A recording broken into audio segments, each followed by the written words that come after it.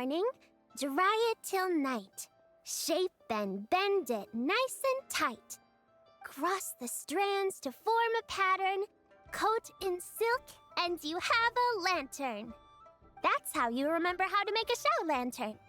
Did you get all that, Chi-Chi? Morning, split bamboo, traveler, then get silk, make paimon. What? No, that doesn't even rhyme. Look, it's them. Hey, Yao! Hey, Chi-Chi! Whoa, Traveler! Paimon, you're here! Happy Lantern Rites! What you up to? I'm teaching Chi-Chi to make show lanterns. It's a real test of finger dexterity, so it'll help keep her nice and loose. Yes, I do finger exercises to be a nimble zombie. Wanna try too, you two? Oh, okay. Well, we need a whole bunch this year so it doesn't get too dark at night. Too dark? What does that mean? Dr. Baiju has patients who got hurt walking at night. The moon disappeared, so it was too dark to see. The moon disappeared? Like, behind the clouds? It was Jeonju, the moon devourer. Changshan told me about it, but now I forgot. It's an old myth from Chenyu Vale about a giant toad in the sky that eats the moon. What? The moon gets eaten? It's just a story. It's not like there's actually a giant toad in the sky. I asked Master about it, and she said myths are just insights into how the people of the past understood the world. Well, I didn't see it that night. But I've checked several nights since, and it's been there same as ever.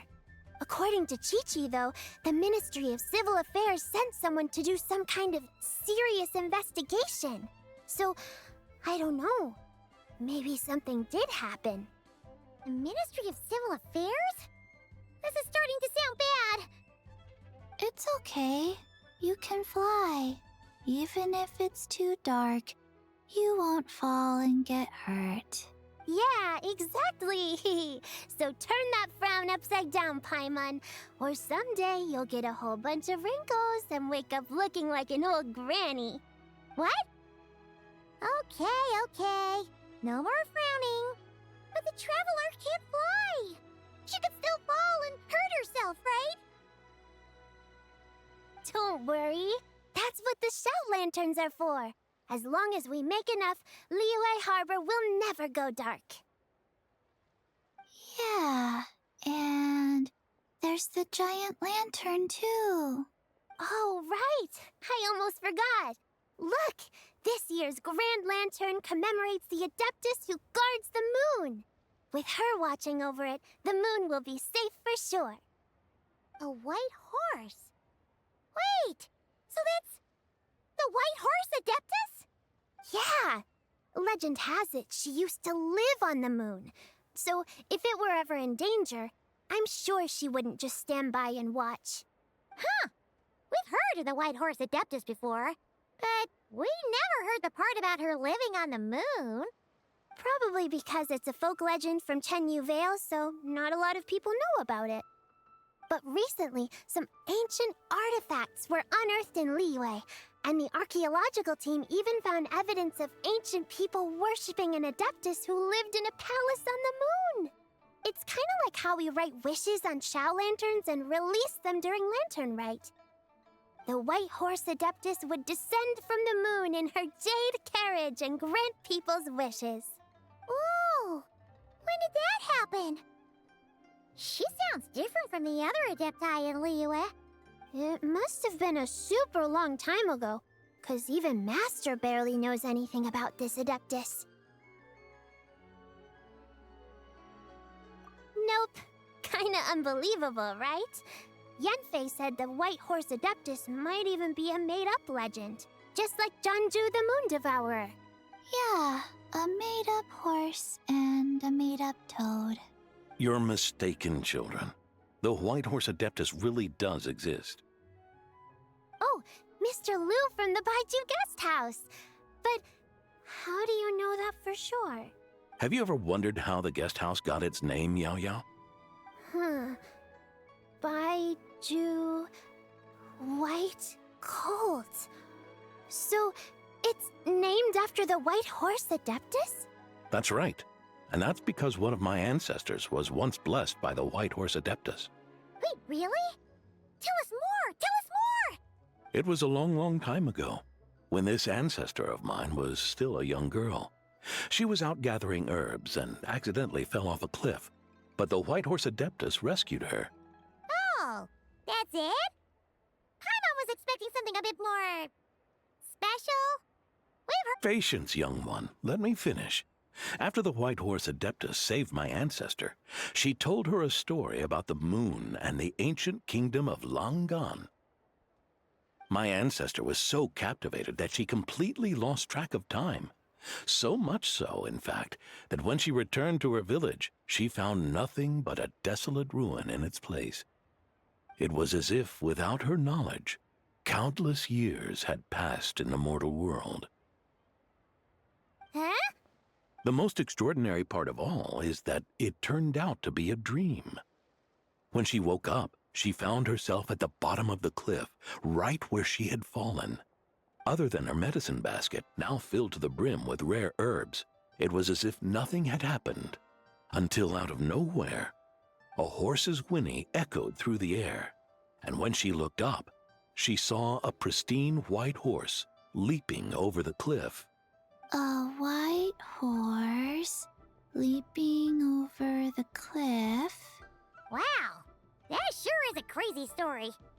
But now, it's starting to sound a bit too far-fetched. Another skeptic.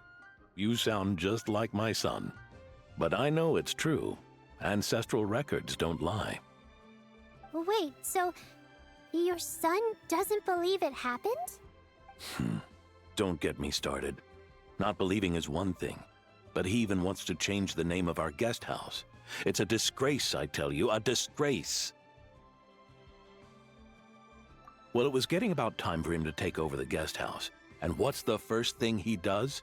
Starts going on about how the name doesn't attract enough customers and how we're losing business to Wangshu Inn. Can you believe that? As if Baiju Guest House and Wangshu Inn aren't miles apart from each other. Oh, what about something like the Geo Lord's Rest? Paimon bets that would get people through the doors. Geo Lord's Rest. I like that one. This isn't about getting people through the doors. This is about disrespecting our ancestors. Oh, White Horse Adeptus, my wish is this. Let your divine power be known. Teach my foolish son the error of his ways. Paimon wants to learn more about this Adeptus. Hey, maybe we should ask Zhang Li. Good idea. Mr. Zhang Li is super knowledgeable. He can answer questions even Master has no clue about. Yeah, we just saw him having tea at third round knockout. All right, then that's our next stop. Chi-Chi and I are gonna keep making Shao lanterns. Careful on the road. Goodbye, Paimon. Goodbye, traveler.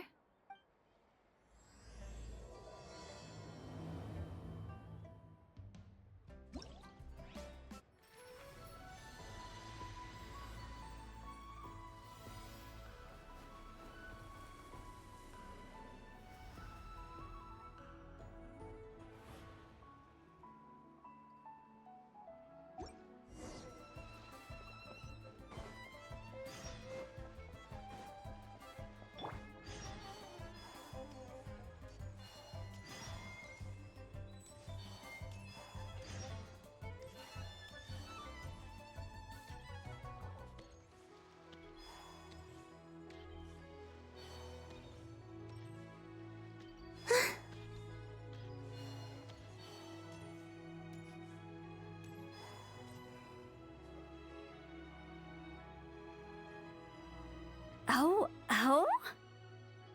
Oh. Curious. Impressive, right? What's with all the commotion over here? Oh, Traveler and Paimon! Perfect timing! I have something amazing to show you! What is it? Huh? What the? Part of the moon is blacked out! Was it really eaten by a giant toad? Huh. I didn't expect you to know the story of Jonju the Moon Devourer, Paimon. Don't underestimate Paimon. She learned a whole bunch of things in Sumeru. But Jonju the Moon Devourer is a Liyue legend. Knowledge knows no borders, so... there. You're right about that, Paimon. But this dark circle doesn't look anything like a toad to me. A toad's egg, maybe? But that's about it. Oh, wait, Traveler! You've been in Nodcry, right? The people there worship the moon goddess. So you should know what's going on here. Really? Not even in a place where people worship the moon? Huh. Oh yeah! Master told me that the tale of Jianzhu, the Moon Devourer, was how ancient people explained a certain celestial phenomenon. But what is it exactly? Some kind of omen of disaster? How so? Oh, but in this picture, the moon is being covered from the center. So this can't be a normal eclipse. Then it's still an omen of some impending calamity? We never said that! Ugh, some crazy customer left it at the restaurant. Just thinking about it gives me the chills. Attention, everyone! As the auspicious festival season approaches, I have an announcement to make. I, Lu Xiong, am on the verge of becoming one of the most renowned archaeologists in all of Liyue Harbor. No, scratch that, in all of Tibet. Even though I never trained at a prestigious academy, I've still managed to dig up tons of treasures. And I understand practically a whole dictionary's worth of big words, too. Like my pops always says, no pain, no gain. And I haven't had it easy, that's for sure. So, it's definitely my turn to make a name for myself. What's the deal with her? No idea. Maybe she ate a bad batch of perch stew?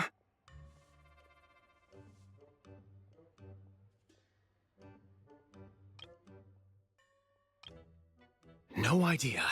Maybe she ate a bad batch of perch stew?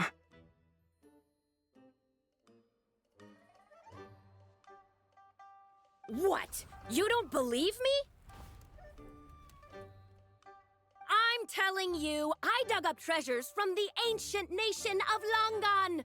I even got a picture of Jonju devouring the moon. Longan? Jonju? What is she even talking about? Sounds like she's a few perches short of a stew, if you know what I mean. So what if blackback perch stew is my favorite? Stop talking about me like I'm not here. Whoa, what are you doing? You're just a stupid, ignorant man, and I'm gonna kill you. Young lady, you need to calm down. What? So you're looking down on me now too? How about I take you both out then? How does that sound? This is a place for dining. If you wish to take me out, you'll have to do it elsewhere. Don't act like you're better than me. Do you know who I am? I'm about to be the most famous archaeologist in all of Liyue. No, Tibet. Show me some respect. It's respect you want? Very well.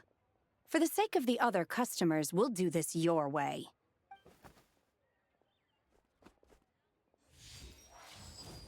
What? So Shen has started the fight? She had no choice. The woman pulled a shovel out of nowhere and started going crazy, flipping tables left and right. She even injured 2 other customers. Shenna did what she had to do to restrain her, then took her to the Ministry of Civil Affairs. Thank goodness Aunt Shenhe was there. Or who knows what might have happened. Yeah. I started cleaning up after all the commotion, and that's when I found this photo. I thought it might be the one she dropped, so I rushed over to show someone. She said she took a photo of Jeonju the Moon Devourer. This must be it. Can we really trust what she said, though? Clearly, something is going on with her. Paimon's got a point. It sounds like she wasn't acting right at all. How do we know she wasn't possessed by some kind of evil spirit? Aunt Shenhe would have noticed if she was possessed. All right. But what about the part about Long Gone and the treasure she found? What about it? What if she raided a tomb and dug up some super special relic, then got herself haunted by an ancient ghost? One so powerful that even Miss Shenhe couldn't sense its presence. Your imagination is something else, Hu Tao. Why would an ancient ghost come to Wanmin restaurant, huh? To eat my blackback perch stew? Hey, it could happen. I'd want to eat your food if I was a ghost. Wait a second. She mentioned the ancient nation of Longon, right? Paimon's heard that somewhere before. You know what? My brother mentioned that some ancient artifacts were unearthed in Liyue recently. Mostly colored glass, fine jade, and bronze relics. Some of the text inscribed on them has already been deciphered. There were some poetic verses, but the word long gone popped up as well. So, does that mean this Longon place is real? Still, Paimon knows we've heard the name somewhere before. Do you remember, Traveler? Right! His ancestor heard about it from the White Horse Adeptus. The White Horse Adeptus? Oh, so you must have been to see the giant lantern already. Yep. And it turns out that the White Horse Adeptus is super mysterious, too. Even Madame Ping hasn't met her. Wait, I thought she was the gold-eyed Celadon mare of the 8 Adepts. That's just the interpretation you believe in, Hu Tao. There are other theories out there, too. The elders of Qingce Village believe that during the Archon War, a white horse leapt from a clear spring, transforming into an Adeptus who aided Rex Lapis in battle. In Chenyu Vale, some of the tribes take her to be the daughter of time and trace her deeds to an even earlier era. Yet in other ancient texts, including the relics I just mentioned, she appears as an emissary who listens to mortal wishes, bestowing the blessings of the heavens and moon upon the mortal realm, which is why we write our wishes on Shao lanterns. That's so complicated. So what's the verdict? Which version is the truth? I'm afraid there's no definitive answer to that. You two have been all over Tevat. Do you have an idea? Nope, sorry. We were actually on our way to ask Zhongli. He knows even more about this kind of stuff than us. Ah, looking for a consultant, huh? He's having tea with Miss Linlong. Shigu Antiques is hosting an exhibition tonight. An exhibition? For what? All those antiques Sing Show just mentioned. So if you head to the big ship docked in the harbor tonight, I'm sure you'll find him. So, where to next? How about we go to the Ministry of Civil Affairs to ask about the White Horse Adeptus? We might be able to find out more about the recent moon situation, too. If you're heading to the Ministry of Civil Affairs, could you give them this picture for me? Since it belongs to that customer, she deserves to get it back at least. It might even help the Ministry with their investigation. Ha! All right! We're off! Oh, wait! I almost forgot! Happy Lantern Rite! Come have a meal with us when you're free. We'll be there, or we'll be... square. Thinking about it now, could it be possible that photograph was a fake? A fake? You mean like the customer fabricated it to gain academic recognition? Nice one, Changyun. I never even thought of it like that. How about we go check out that place tonight? I know exactly where it is. All right.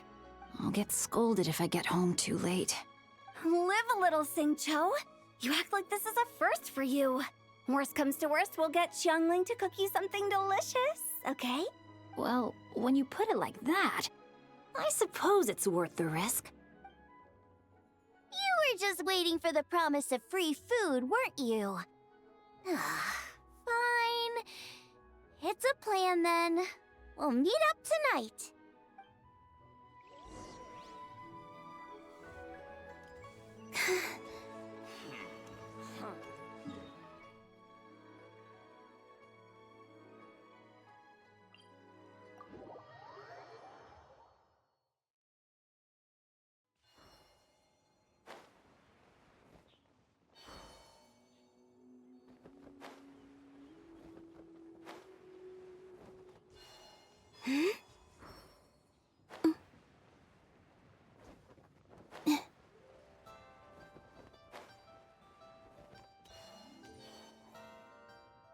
And your grandfather is of the same opinion, Miss Lanyan?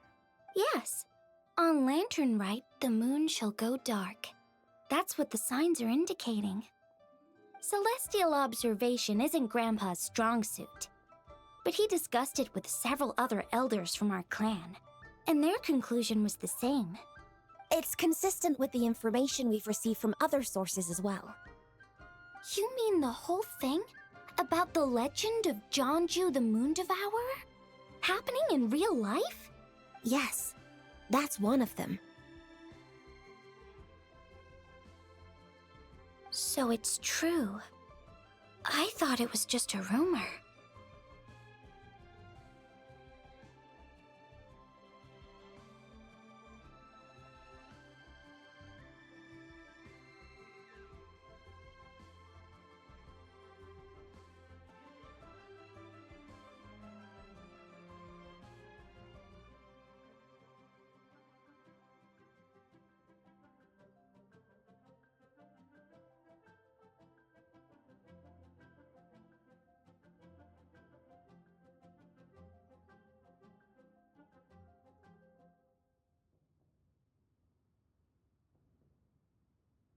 It's true. But right now, the bigger issue is that all our sources indicate the phenomenon's gonna happen again. I'm not sure this bodes well. Let's remain optimistic for now. We're making progress interpreting the artifacts, and Ganyu is consulting with the Adepti as we speak. Besides, apart from the incident at Wanmin Restaurant, there haven't been any other moon-related disturbances. Ningguang, Keqing, and Lanyan! You're all here! Oh, Traveler! And Paimon! It's been a while. Happy Lantern Rite. Yes, happy Lantern Rite. What brings you here, though? I thought you'd be in the harbor enjoying the Shao lanterns. You're certainly not the type to visit Yujing Terrace for no reason. Is there something I can help you with? What? We're not allowed to just drop in on our friends during the festive season? I was only teasing. You're welcome to visit us anytime you wish. Happy Lantern Rite. Oh, and about all the moon business you were just talking about? We have something to show you. Here, take a look! Whoa! Something really did take a chunk out of the moon. Someone managed to capture a picture of it. Is this Jeonju, the Moon Devourer, then? Even though we confirmed this event took place, I still can't quite believe what I'm seeing. Where did you get this picture? From Xiangling! She found it when she was cleaning up after that customer caused a scene. She thinks they must have dropped it. Wait, is this Chawang Terrace? No, it's just where I'm from. It said that Chawang Terrace was where the ancient people of Chenyu Vale communicated with the heavens. And in this picture, the moon happens to be right above Chawang Terrace. I was just surprised, that's all. It's probably just a coincidence. That's interesting because the ancient people of Chenyu Vale migrated there from the chasm area. The chasm? So, that place is involved too? According to our investigation, that customer you just mentioned, Lu Xiangxiang, her father and grandfather are merchants in Liyue Harbor, and her mother and grandmother grow tea in Chaoying Village. A few days ago, She left her home in Chaoying Village to join a civilian archaeological team funded by Hoishan Hall, and ended up excavating some artifacts in the chasm area. These artifacts were then entrusted to Shigu Antiques and are set to be featured in an upcoming exhibition. Then, of course, the incident at Wanmin Restaurant occurred. We suspect something happened during the excavation that left her with quite the shock. And now, it seems like she also went to Chawang Terrace and took that picture of the moon disappearing. The chasm? Chuan Terrace? Things are getting pretty complicated. She's not in a good mental state, so we took her to Boo Boo Pharmacy to get some help. Why don't you come with me to check up on her? At this point, you seem invested in this case too. Then let's head there now.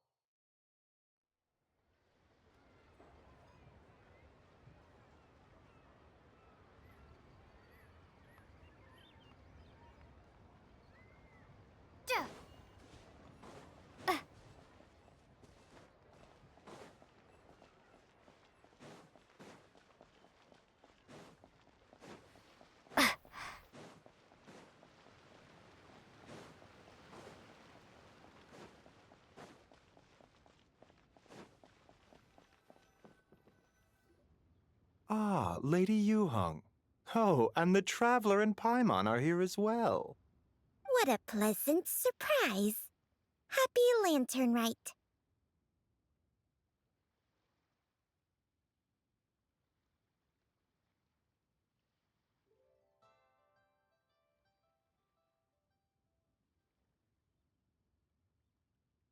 I hope we're not interrupting, Dr. Baiju. Not at all. I assume you're here to see the patient? Unless it's urgent, however, it would be best not to disturb her rest. It's quite unstable. She's even more agitated than when she first arrived. And she refused to cooperate when we tried to check her over. I had no choice but to prescribe a calming draught and to have her rest for 2 days. So she's getting worse? That isn't the news I was hoping for. It's just a precaution. Based on an earlier conversation with her, it seemed more like a fixation than anything else. That's right. When we asked about it, she kept... It's just a precaution. Based on an earlier conversation with her, it seemed more like a fixation than anything else. She hasn't lost her mind. That's right. When we asked about it, she kept insisting she was going to be famous far and wide.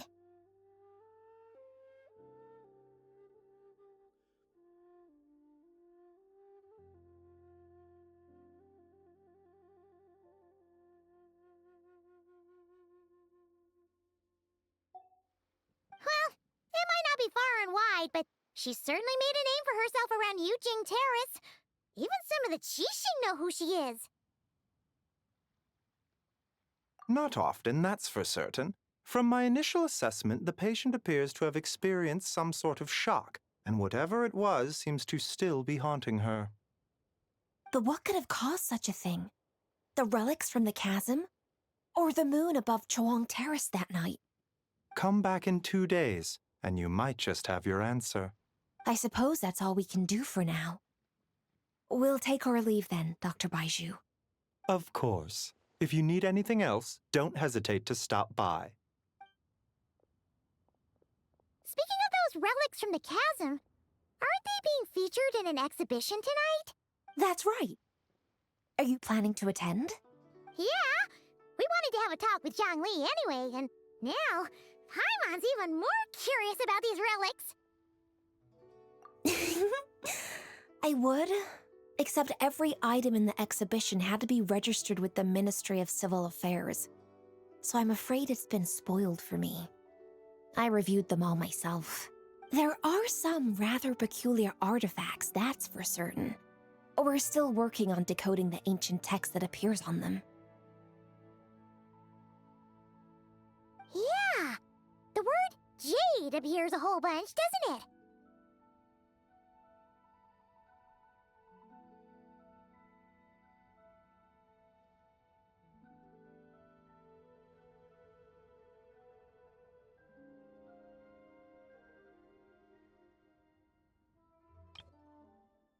Yeah, the word jade appears a whole bunch, doesn't it?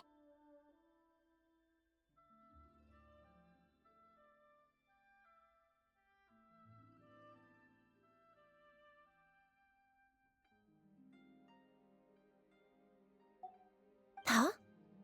How did you know? Shincho told us. He said there were some ancient poems on them, too. He's quite well informed, isn't he? Well, he's right.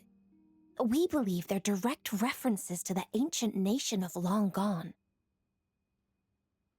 As for the other text, instead of regular poetry, it seems to be more like ceremonial language used to worship the moon and the gods. The moon and the gods? Well, looks like it's almost time for the exhibition. You two should head over. There's an usher at the harbor who will lead you to the venue. Not at all.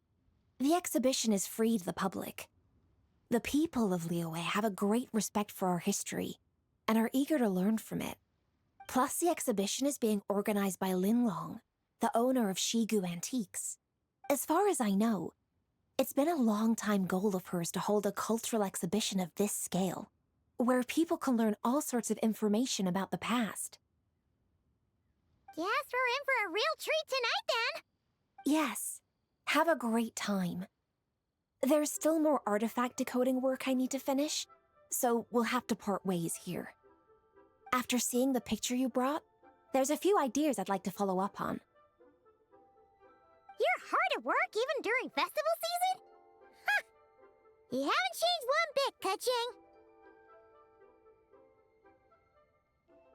I'm simply fulfilling the responsibilities of my position. That's all. All right. I should get going. See you later. Well, guess we should head over to the harbor and find that usher.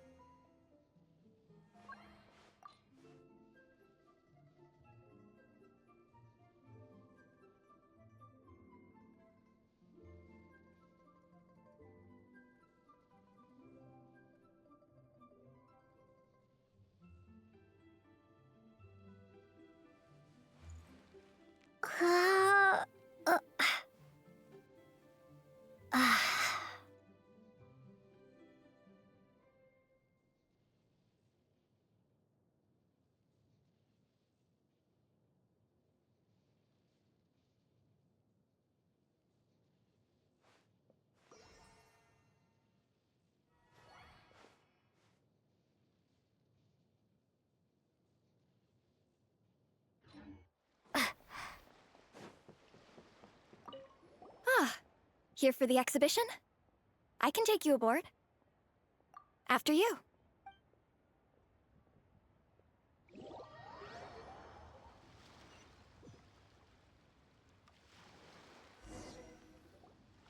Whoa! Look at all the antiques on this ship! It's almost too much to take in!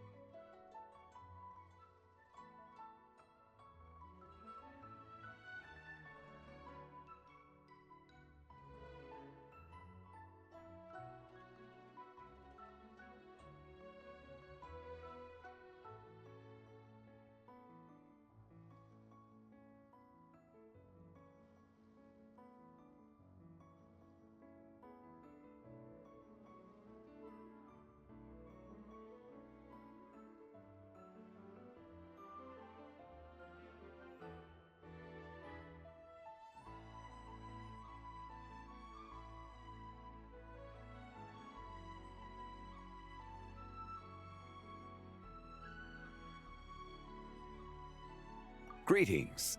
I trust you've been well since last we met? Aha! Speak of the devil! You're right where Hu Tao said you'd be. Ah, so Director Hu gave me away, did she? Don't act like you're up to some super secret business. We know you just do whatever you feel like. Yo, Traveler, Paimon, what's up? It's been a while, you two. Happy Lantern Rite. Beidou! Yunchin! It's great to see you! You're here for the exhibition too?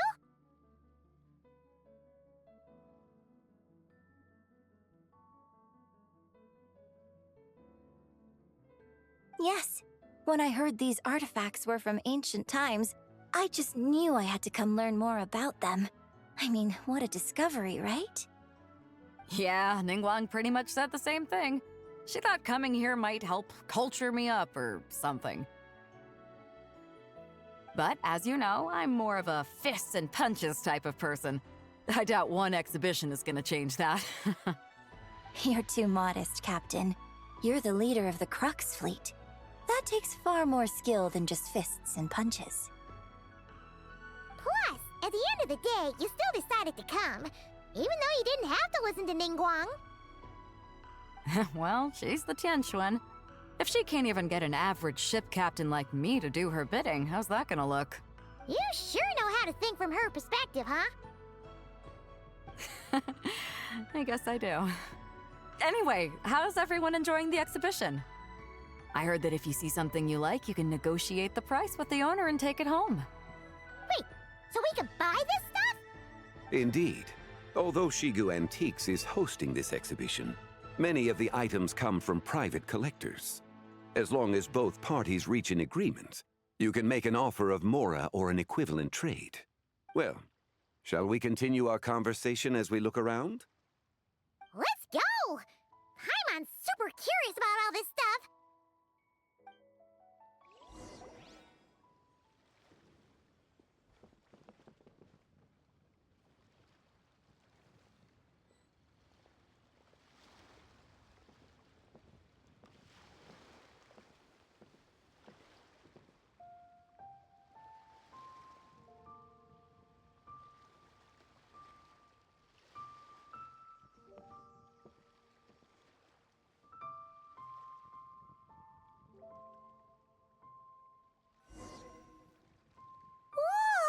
Look at this painting! There's a huge toad on it! Could it be... Huh. This material is quite unusual. It doesn't look like paper. More like silk, or some other kind of fabric. Yeah, I was thinking the same thing. Huh. Well spotted. This is a painting of Jianju, the Moon Devourer, made primarily with mulberry silk. Such craftsmanship is rarely seen in modern-day Liyue. Ha! Jianju the Moon Devourer! Paimon knew it! That toad made it super obvious.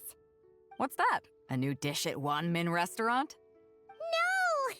It's a kind of lunar eclipse. You heard about how the moon disappeared recently, right? Oh, yeah. You're saying a toad did that? That's what the legend says. So, nothing to do with food then. Noted. And the figure next to the toad. Is that the White Horse Adeptus? From the stories I've heard, her palace lies on the moon. That would seem to be a logical assumption.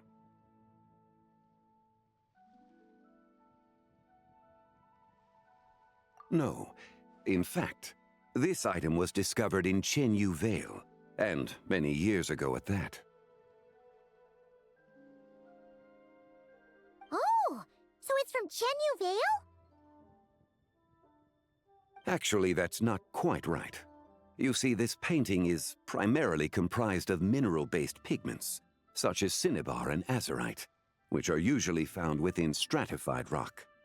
This suggests its place of origin may very well have been the chasm.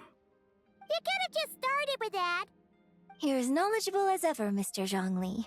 I had only ever heard the legend of Jianju the Moon Devourer, but now seeing it depicted in this painting, I wonder, if I purchased it, perhaps it could serve as inspiration for a new opera.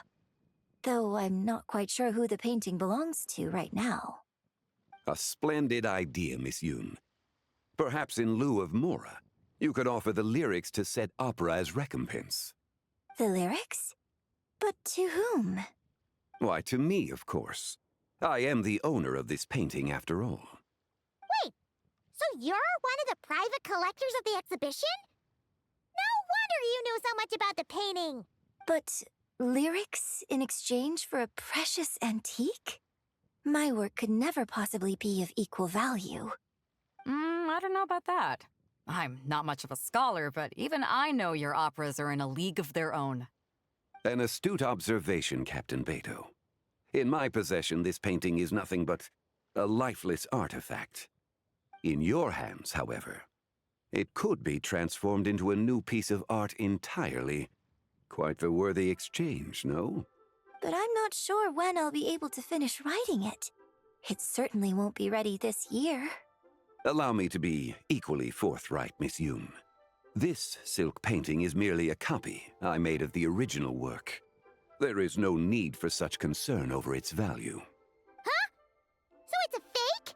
I had no idea you were such a skilled artist, Mr. Zhongli. I pride myself on having some knowledge of antiques, but I didn't notice anything that would point to it being a replica. You never cease to amaze me, Mr. Zhongli. You flatter me. All that said, Miss Yoon, you must accept. Truly, I insist. Huh.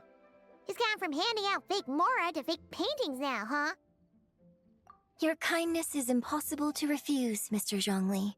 Rest assured, I'll be sure to return the favor. I shall look forward to it.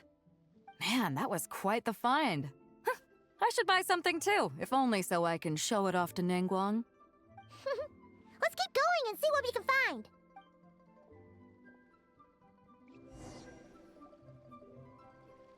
Wow, this bronze war chariot is really something. It must have quite the story behind it. I've never seen anything like it before. Do you know what this is, Zhongli? Ah. I heard from Miss Linlong that a carriage made of Celadon jade was unearthed in the chasm. A copper canopy, a body adorned with flowing clouds and geometric patterns. Yes, this must be the one. A precious piece indeed. This thing's gotta be thousands of years old, right? Crazy to think people back then were capable of such intricate metalwork. Too often, we view the past and future through the lens of the present. Objects that fascinated us as children seem crude later in life. And that's only after a few decades or so of separation. If one were to stretch time across hundreds or thousands of years, one might discover that time is not always a force that pushes things forward. It would seem the people of that era managed to create a remarkable civilization in their own right. Makes me want to get my hands on this even more. Ningguang's gonna be so jealous, don't you think? Ah, has this war chariot caught your eye, Captain Beto? Oh, you must be Linlong from Shigu Antiques. Nice to meet you. This exhibition has been amazing so far. Well, that's all thanks to supportive patrons like you and Mr. Zhongli, of course. As for this war chariot, it was discovered by an archaeological team sponsored by Hoishan Hall. The price comes in at 90 million Mora. How much? 90 million? Woo, looks like my eyes were a bit too big for my wallet.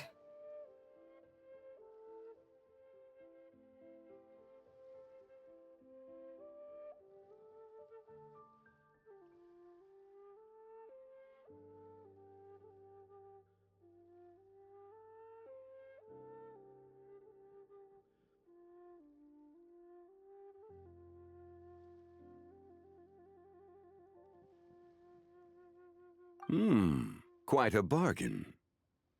A bargain? 90 million more I could feed Paimon for 1,000 years! And if you actually went on an eating spree that long, perhaps you'd be considered an antique worth that kind of Mora, too. What, 90 million? Nuh-uh! Paimon's worth way more than that! Well, if Mr. Zhongli thinks it's a good deal, I'm sure it's worth it. Beto's putting way too much faith in Zhangli. What if he's only here to drive up sales? I'll take the chariot, Miss Linlong. Someone will come by with the payment. Quite the discerning eye you have, Captain. After the exhibition ends, I'll have someone deliver it to the Alcor. Actually, could you send it straight to Yujing Terrace? I'd like for the Tianquan to see the proof of my discerning eye for herself. Understood. Great! Yunjin and I both found something. What about you three? Want to keep perusing? And don't worry about the Mora, it's all on me. Nobody's going home empty-handed tonight. I appreciate your kindness, Captain, but I'm afraid I have some private matters to discuss with Miss Linlong. In that case, don't let us keep you, Mr. Zhongli. Right this way. Traveler, Paimon, perhaps you would like to accompany me. What? So you can show us another bargain antique that's so far out of our price range it's not even funny? Other people are always demanding Mr. Zhongli's time, but it's quite rare for him to extend an invitation himself. I wouldn't pass up this opportunity if I were you, Paimon. Yeah, just don't forget to come aboard the Alcor for a drink later. Yeah, guess you're right. Taking a quick look isn't gonna cost us anything. Let's go!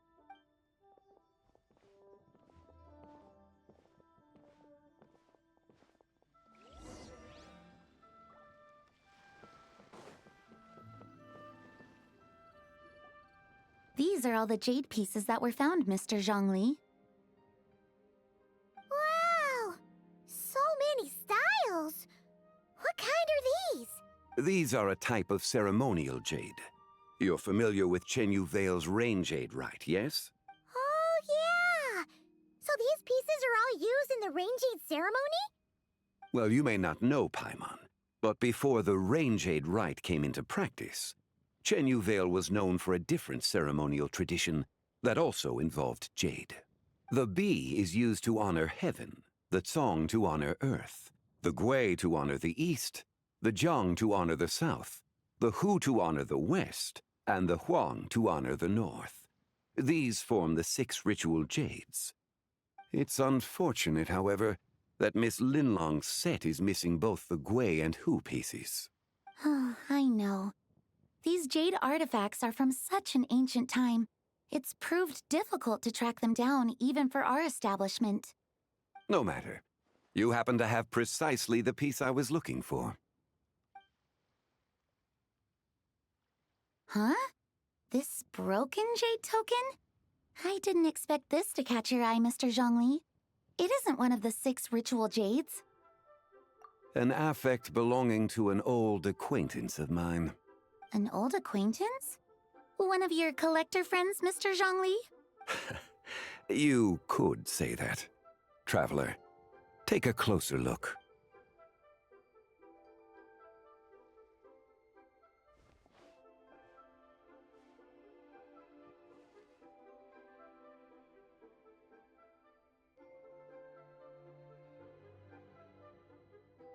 Huh. It doesn't look all that special to Paimon. Just seems like a broken artifact. Indeed. It's been thousands of years since the moon has appeared in such a form. So, in the past, the moon wasn't always full. Then, could this missing chunk be from when Jeonju devoured part of the moon? It's worth looking into. Your insight is invaluable, Mr. Zhongli. I had no idea how special this piece was. Since it has caught your interest, allow Shigu Antiques to cover the cost.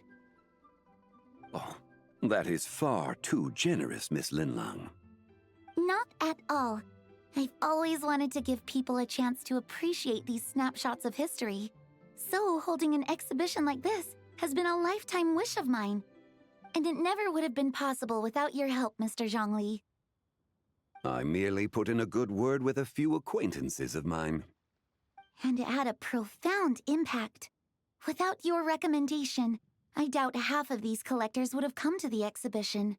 So, on both a personal and professional level, I owe you my thanks, Mr. Zhongli. Wow! Zhangli actually did something useful for once.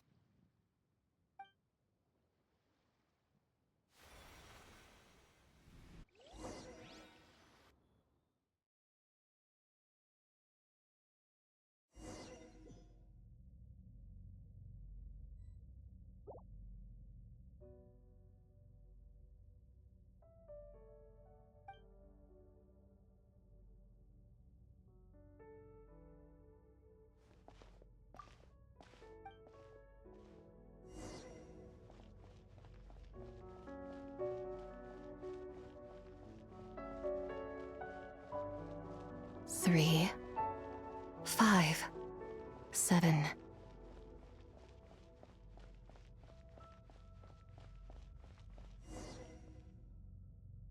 11, 13, 17, 19, 23, 29.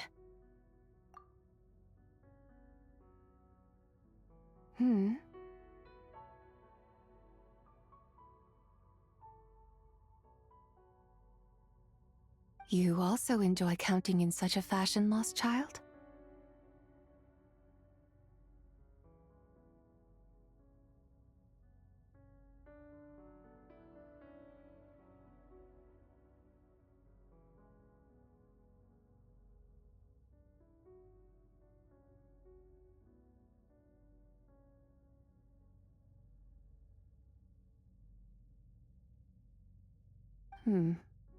The same loneliness as them.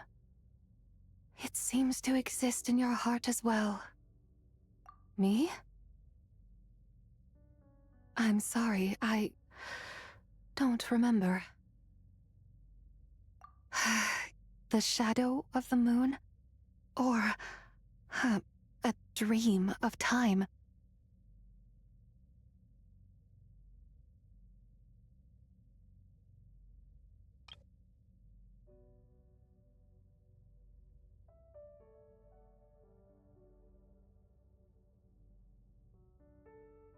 I'm sorry. No one has asked me such things before. I've been here for so long. There is much I have forgotten. I know nothing of your arrival. All I know is the longing in people's hearts.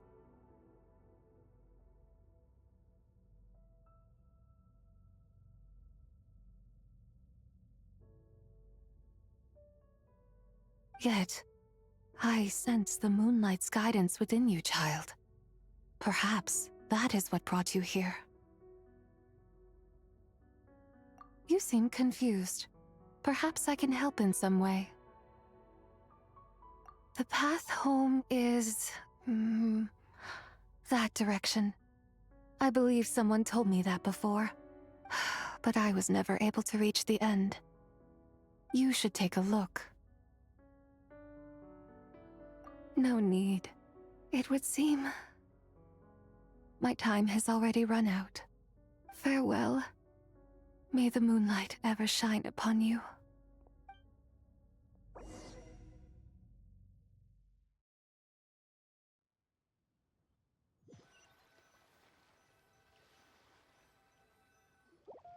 Wow! Zhongli actually did something useful for once. Your complexion looks rather ashen, Traveler. Are you feeling all right? Yeah, what's wrong? Does your stomach hurt?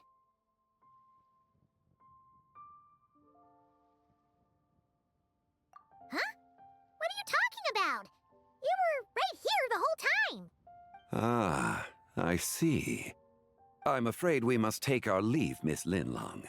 My friend has taken ill and I must escort her to get some rest. Of course. Traveler, Paimon, please, come with me. Ah, yes. Regarding the payment for the Jade Token. Charge the expense to the Wangsheng Funeral Parlor if you would.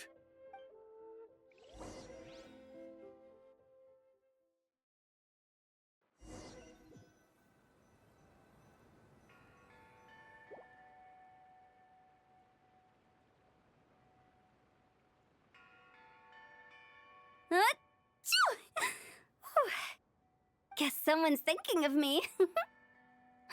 But this late at night? Must be that consultant of yours. I bet he's out there spending all year more at the exhibition. Yeah, he'd be the perfect employee if he just knew how to rein in the spending. But never mind him. Let's focus on the moon. We gotta see if it gets eaten tonight. I don't think it's going to happen. We've been out here all night, and the moon's the same as ever. It is quite late, and Chongyun's getting tired. How about we head back? We can come back another time. Head back? Already? Actually, I do have a new dish I'm testing out tomorrow. And as part of my New Year's resolution, I'm trying not to oversleep. All right. Guess it just wasn't meant to be. Let's go.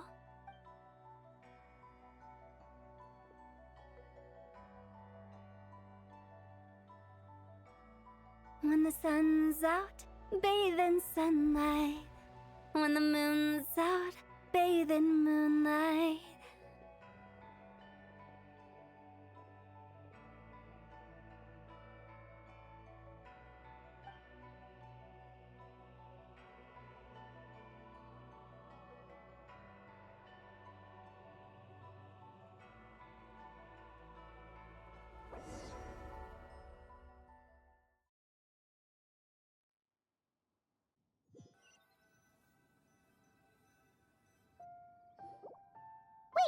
Aren't we going to rest?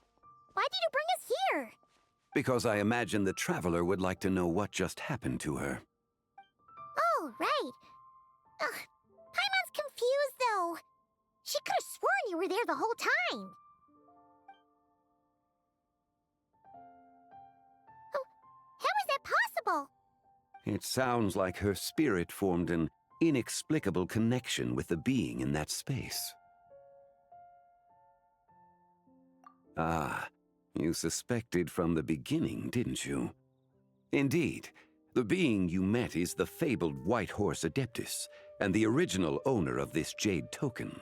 Her name is Zibai. Wait, does that mean she's inside this token? No, she does not reside within this token, but rather within the moon's shadow. This token is merely a medium.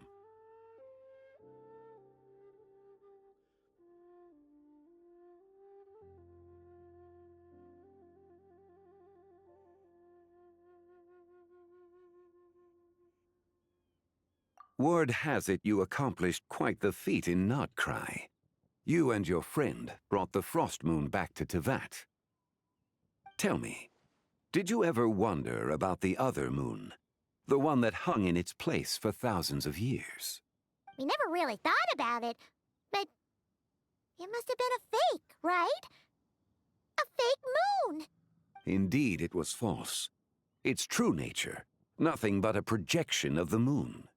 It also happens to be the prison that confines Zibai to this day. Wait, the White Horse Adeptus is trapped inside that projection? Then we need to rescue her! But the moon in the sky right now is the real one, right? Where did the fake moon go? And why can't Paimon see it? With the return of the true moon, the shadow naturally lost its place in the heavens. Now, it is disintegrating bit by bit. It's a process that comes and goes.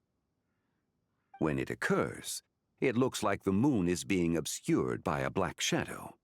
But when it stops, the shadow disappears and becomes invisible to the eye. So, you're saying there's an invisible fake moon blocking the real moon right now? Indeed. Okay, this is not what Paimon was expecting.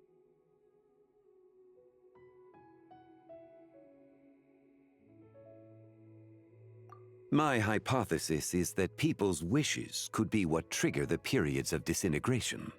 After all, when you experienced that episode just now, it was precisely when Miss Linlong spoke of her own wish. Wait, is that because the White Horse Adeptus answers people's wishes? The legend must be true then. So, that means the more wishes we make, the faster the fake moon will disintegrate, right? Then it won't be long before the White Horse Adeptus is free! Quite the contrary. After countless years trapped inside, the two have merged into one. When the moon shadow is gone, Zibai will cease to exist in this world. Oh no! So, by bringing the moon back, we actually hurt the White Horse Adeptus? Do not burden yourself with such thoughts. Because of your actions, a promising opportunity has presented itself to us. Let us not forget, what is crumbling is also precisely that which imprisons her. Yes, and that is why I invited you here tonight. Your connection to that broken jade token confirms that you can do what I envision. However, while I had hoped to receive your assistance, this matter could have significant ramifications. I must admit a certain reluctance to implicate you in more of Tevat's secrets. Often, the deeper one's knowledge of such matters, the harder it becomes to extricate oneself from them. You are someone who once traveled through the boundless sea of stars. I cannot help but wonder, perhaps it is wrong for your fate to become too entangled with the fate of any one world.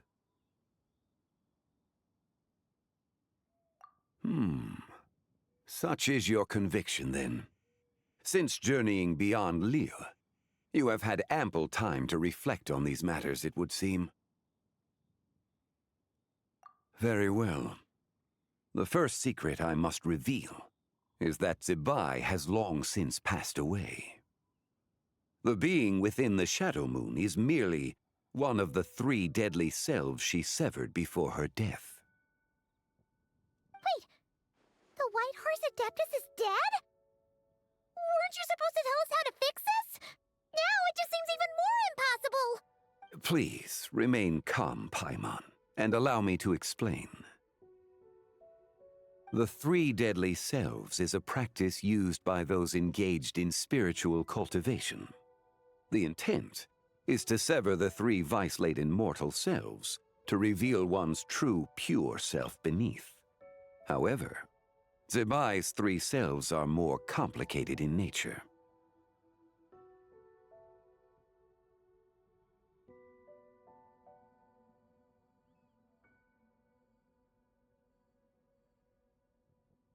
Because in the moment before her death, someone preserved the shattered essence of her soul and placed the fragments within her 3 deadly selves.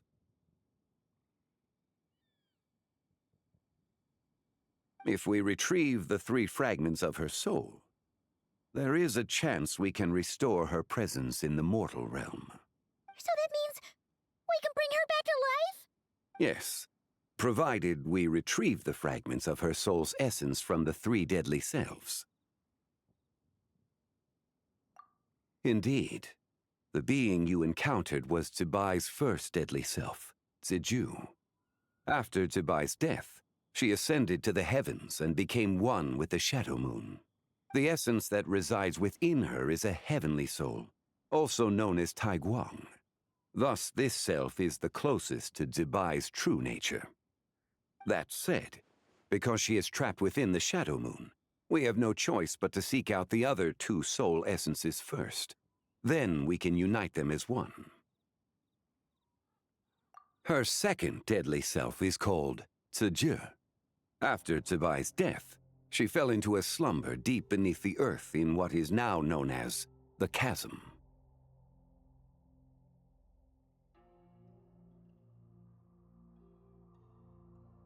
The essence within her is the Earth Soul, also known as Shuangling. She is the self that inherited most of Zebai's memories and wisdom. The chasm? So, do we have to go there to find her? That won't be necessary. I sensed her presence on the jade carriage from earlier, the one at the exhibition. It's possible the return of the Frost Moon awakened her, and she emerged from the chasm alongside that batch of ancient artifacts. Wait, that must be why you agreed to help with the exhibition! To investigate the artifacts! Indeed. So in truth, Miss Linlong was the one who helped me.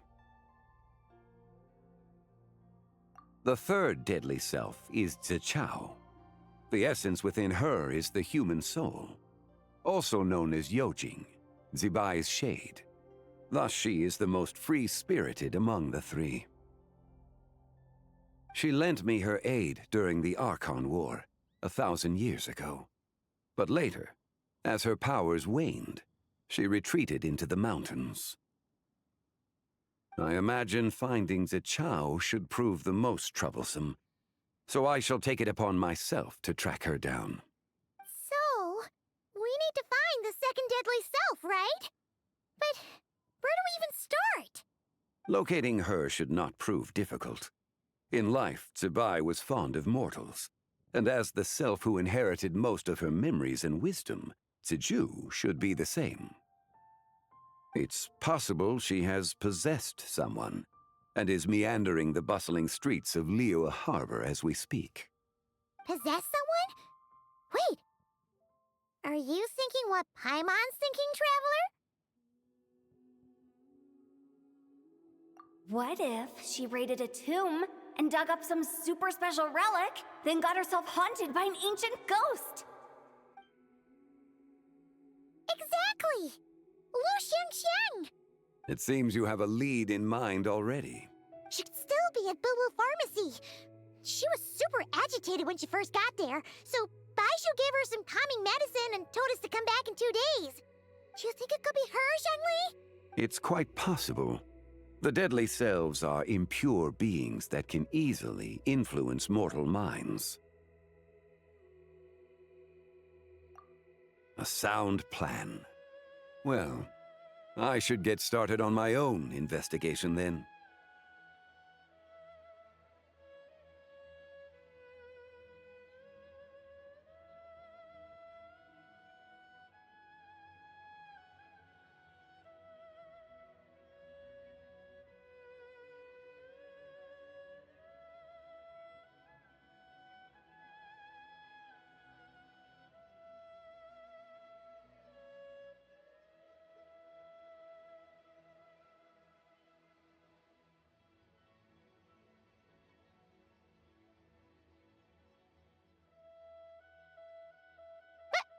You're leaving already? I must. Zichao went into hiding after the Archon War. If I am to have any success tracking her down, and there's no guarantee, I should start sooner rather than later. But there's still so much you haven't told us. Like, who the White Horse Adeptus actually is, and how she died in the first place. Not to mention who it was that preserved the fragments of her soul. Should our endeavor prove successful, then naturally those answers will follow. If not, speaking of them would be rather meaningless. Huh.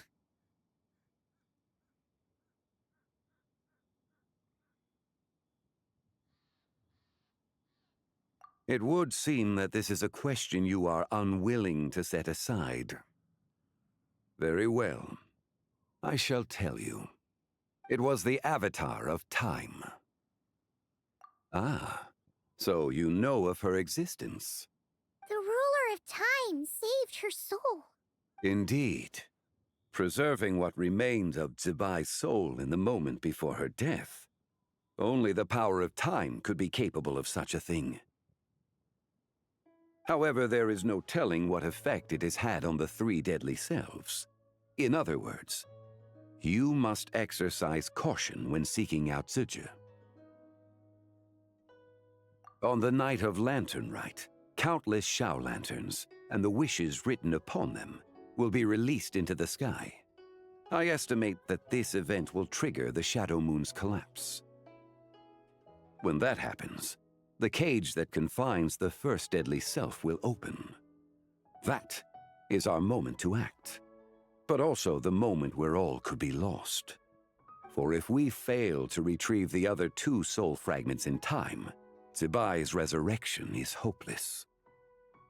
As I mentioned before, the answers to your remaining questions should come in time, providing our efforts bear fruit. Let us hope that all proceeds smoothly in the days to come.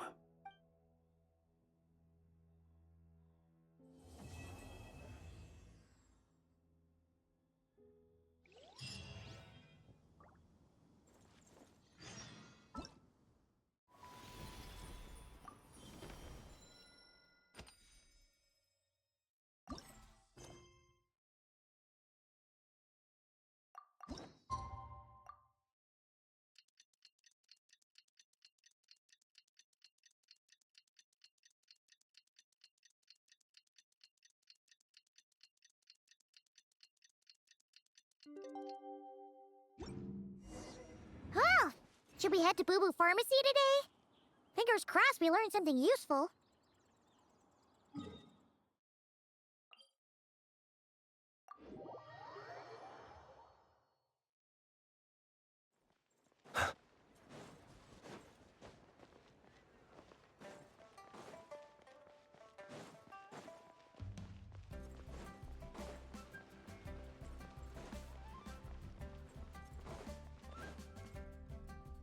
So let me get this straight. The patient disappeared right as you were delivering the medicine. I know it's hard to believe, but that's exactly what happened. It's true. One minute she was there, and the next she was nowhere to be seen. Hey, it's Yelan! Fancy seeing you here! Oh, is this a bad time? Not at all. Just a small roadblock in the case I'm working. Ningguang asked me to investigate a patient named Lu Shangshang. If you're here to find her too, then you're out of luck, I'm afraid. She went missing this morning. What? According to Dr. Baiju, the patient vanished right under his nose. But it just seems like that should be impossible. There 1 second and gone the next? Pretty sure Xiao can do something like that. Then you're suggesting this Lu Shangshang is the vigilant Yaksha in disguise? Or some other adeptus? Guess not. But this is so weird. How can a living person just vanish into thin air? Unless Linny decided to take his act to Liyue? Who is this Linny you speak of? Oh, never mind. Paimon's just grasping at straws. Let's set aside the how for now, and focus more on the where. You mentioned this patient has a strong obsession with achieving fame and recognition? Yes. She kept talking about becoming a renowned archaeologist and making a name for herself. So, are we looking for a place where it's super easy to become famous? I think we should check out the Xiao Lantern crafting stalls. Because it's easy to become famous by making Xiao lanterns? Not exactly. When the people of Liyue need a solution to a problem, their first thought would be to pray to the gods and the Adepti. If her wish is to become famous, she might write it on a Xiao lantern in the hopes that the fabled White Horse Adeptus might make it come true.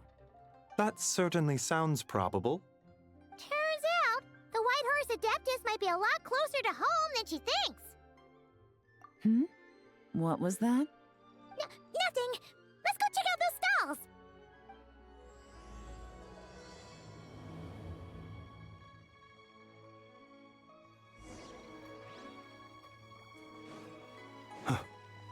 But I don't want to.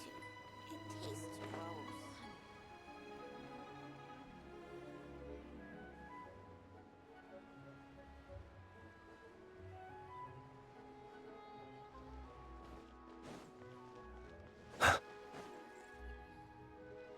Days has Daddy been away?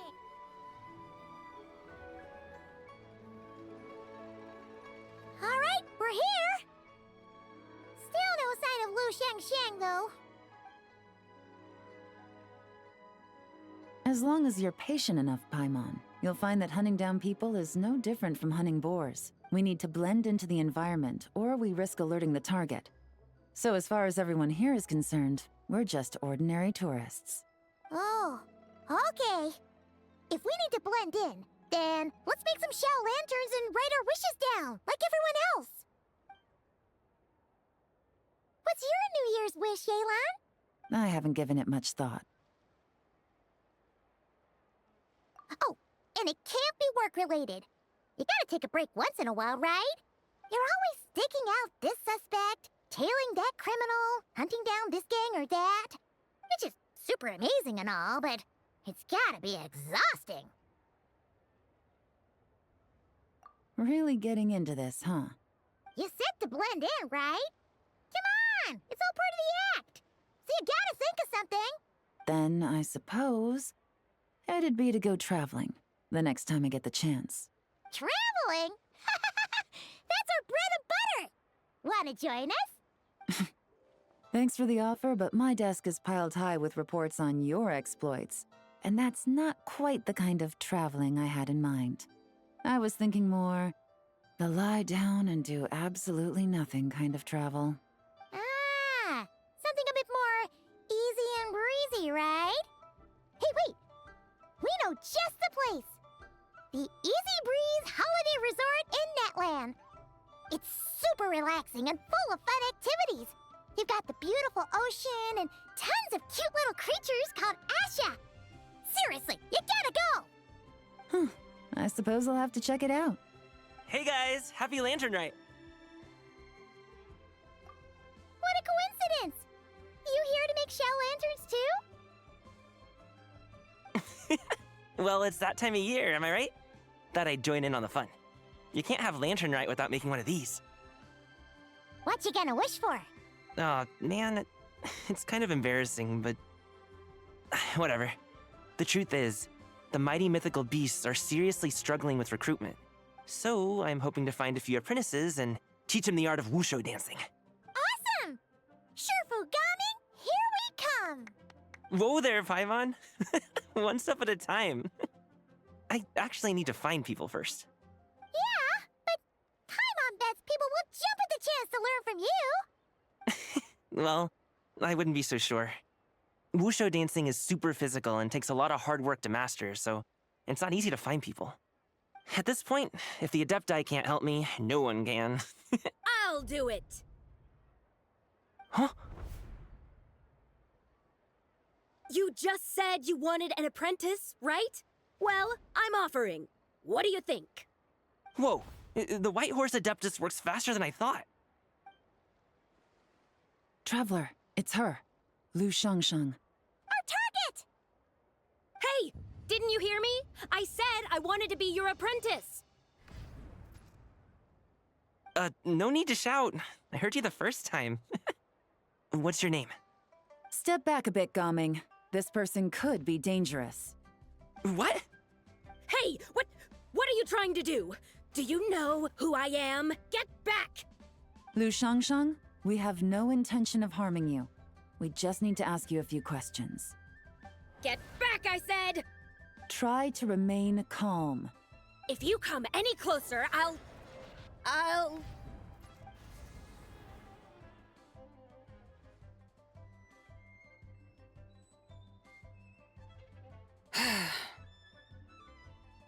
Little wisp of a being.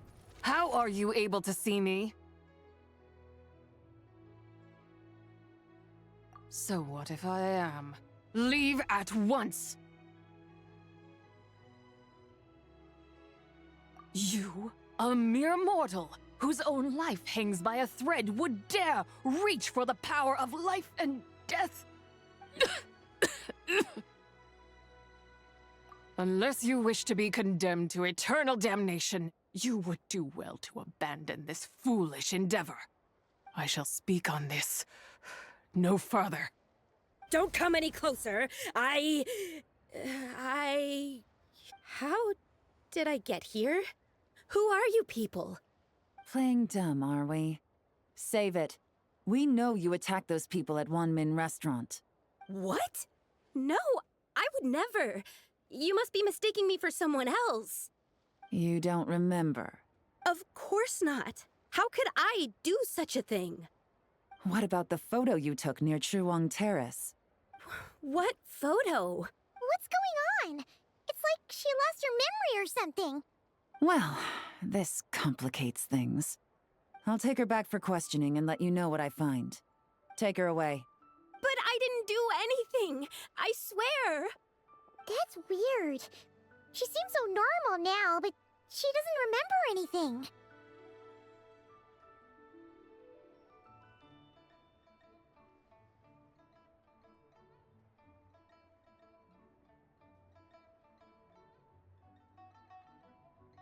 This is just great. An apprentice falls right into my lap and now she's gone! Don't worry, Gaming. This is a special case. Paimon's sure you'll find one soon. Unless you're gonna pony up and offer a real solution, Paimon, I don't want to hear it.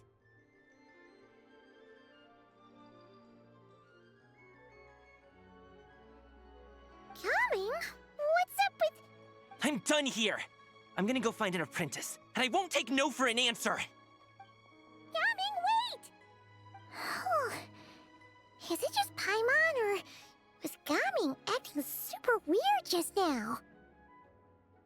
What? How do you know? Whoa! So you saw the second deadly self? And you think she moved from Lu Xiangxiang to Gaming? Uh-oh. Then we better find him before something bad happens. Let's go!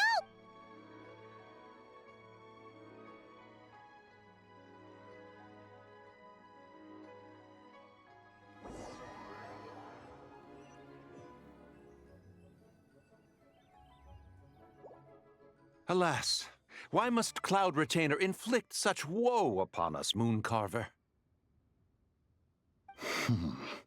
By the order of Rex Lapis, we were supposed to make haste to the harbor to stand watch. Yet we arrived late, for you, in your inscrutable wisdom, chose that very moment to tend the mint. It is no wonder Cloud Retainer banished us to the wilderness in anger. A pity only that I, blameless as I am, was made to share in the punishment. Blameless indeed. You speak as if it was not you who decided to plant all that mint in the first place. Yet now, in its wretched state, overrun by blight and vermin, you would turn away? Utterly heartless, I say.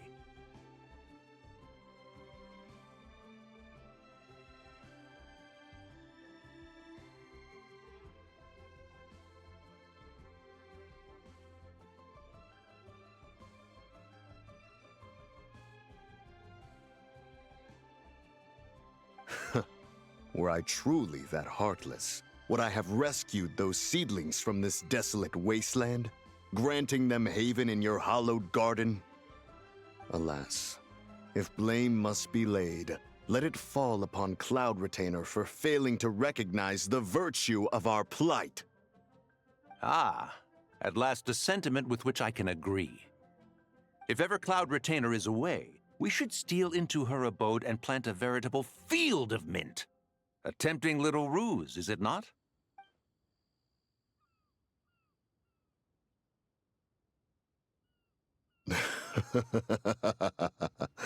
Positively ingenious. Please stop chasing us. Just let us go. Get back here! If you keep running, I'll kill you! Please, we don't know anything about wushu dancing. Just leave us alone. What?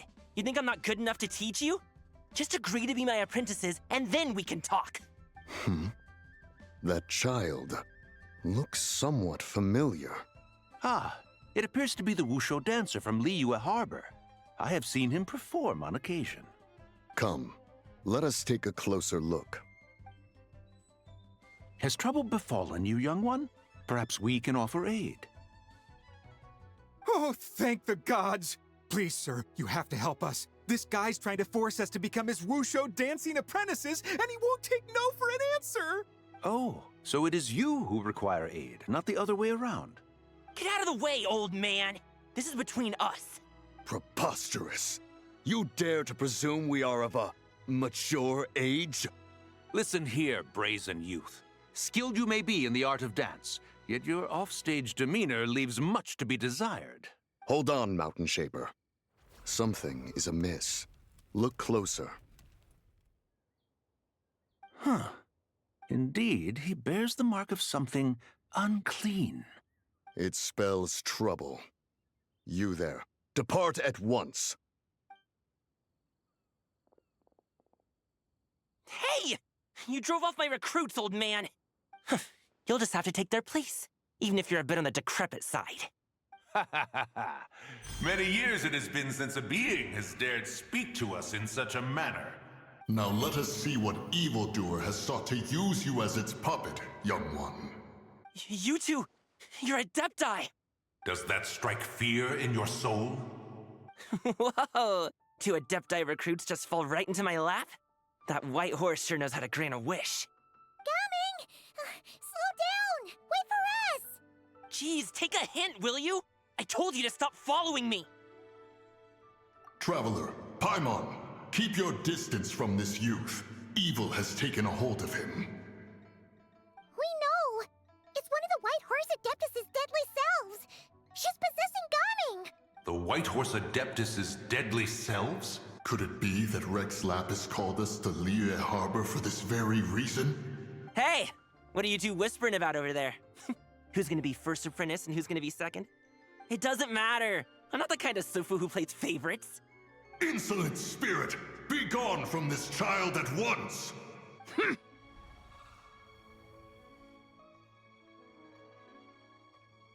Little mite of a mortal. Getting in my way again, I see. That is no concern of yours. No. Only by doing it myself will I find peace.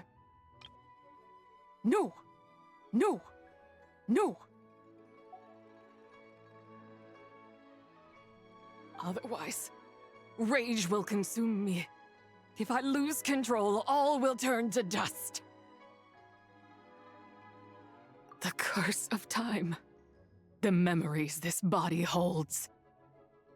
Come no closer! This is your final warning. Insolent spirit! Be gone from this child at once! Huh? Traveler and Paimon? And two Adepti? Where are we? Weren't we just making Xiao lanterns in the harbor? Gaming! You're back! Ah! The sun is most scorching. Agitation stirs within me. I require cooling mint to beat this heat.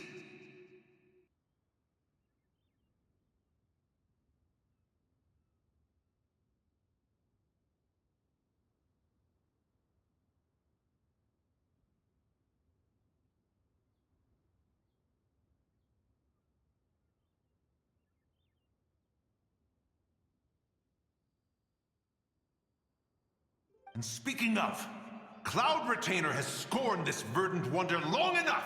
It is time for her to feel its wrath. The wrath of Mint! Mountain Shaper, where are you going? Oh no! Now Mountain Shaper's acting weird!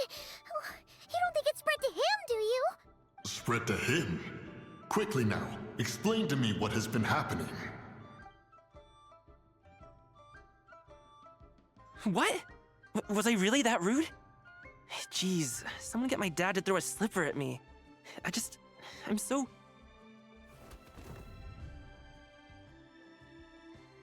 Oh, you okay, Gaming? He is fine. It is simply exhaustion. But to think Mountain Shaper would succumb to something like this, it is most unexpected. So, what do? We can't just leave Gaming like this, but we can't ignore Mountain Shaper either, right? My cultivation level rivals that of Mountain Shaper. Were I to give chase, Zizha would but flee from his form and take refuge in mine. Seek out Streetward Rambler. Cloud Retainer and the Conqueror of Demons should be with her. I shall take this child back to the harbor and join you post-haste. Whoa! What are all the Adepti doing together? Rex Lapis charged us with keeping watch over Liyue Harbor should danger rear its head. I dare say this is the very crisis he anticipated. Come, we must devise a strategy before confronting Zizha.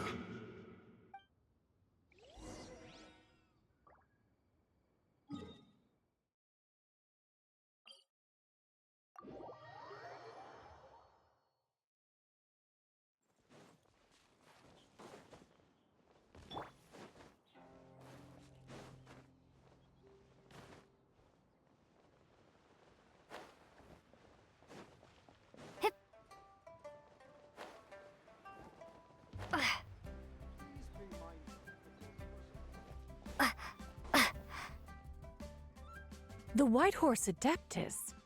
You mean the mysterious white mare that aided Rex Lapis during the Archon War? Even if it's not her, there must be some connection. She always avoided us back then, and I never knew why. Rex Lapis's recent trip seems to be related to this person as well. Xianyun! Madam Ping! Xiao! Great! You're out here! Ah, Traveler. It has been quite some time. Oh, happy lantern rite, Paimon. You're as lively as I remember. I trust things have been well. Sorry, Madam Ping. No time to catch up. Something terrible has happened. What is it? Has Mountain Shaper gotten himself into trouble? Mooncarver is here with you, but he is not. The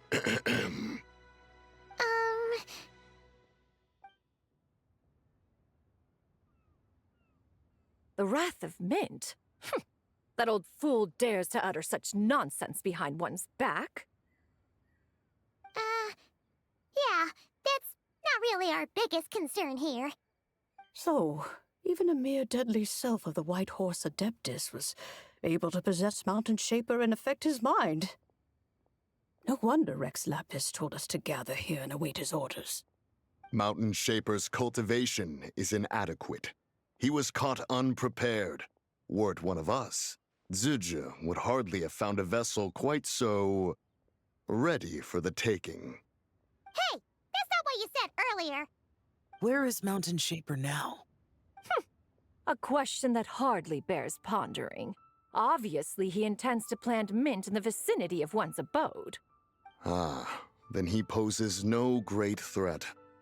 We might as well let him be. Once he fulfills his wish, it's possible that Zuje will relinquish him of her own volition. Your ulterior motive is most obvious, Mountain Shaper. You two hope for Mount Outsong to be covered in mint. One can see it clear as day. Not to mention, deadly selves are born of malevolent human desires, and naturally pose a great risk to the form and mind of all living beings. We cannot let this go unchecked. Let me handle it. I have relevant experience and know how to deal with such situations. One has no doubt of that. Yet your involvement would likely end in armed confrontation. In one's own estimation, the time for such measures has not yet come. Before his departure, Rex Lapis knew that Zuje was active in Liyue Harbor, yet told us only to wait. It would seem, then, that Rex Lapis did not believe extreme measures were warranted here. Yes, this is quite a peculiar case. After all, Zuje's possession does not seem to come with ill intent. It's more like she's guiding those she possesses to fulfill their own wishes. There is another matter of import, however.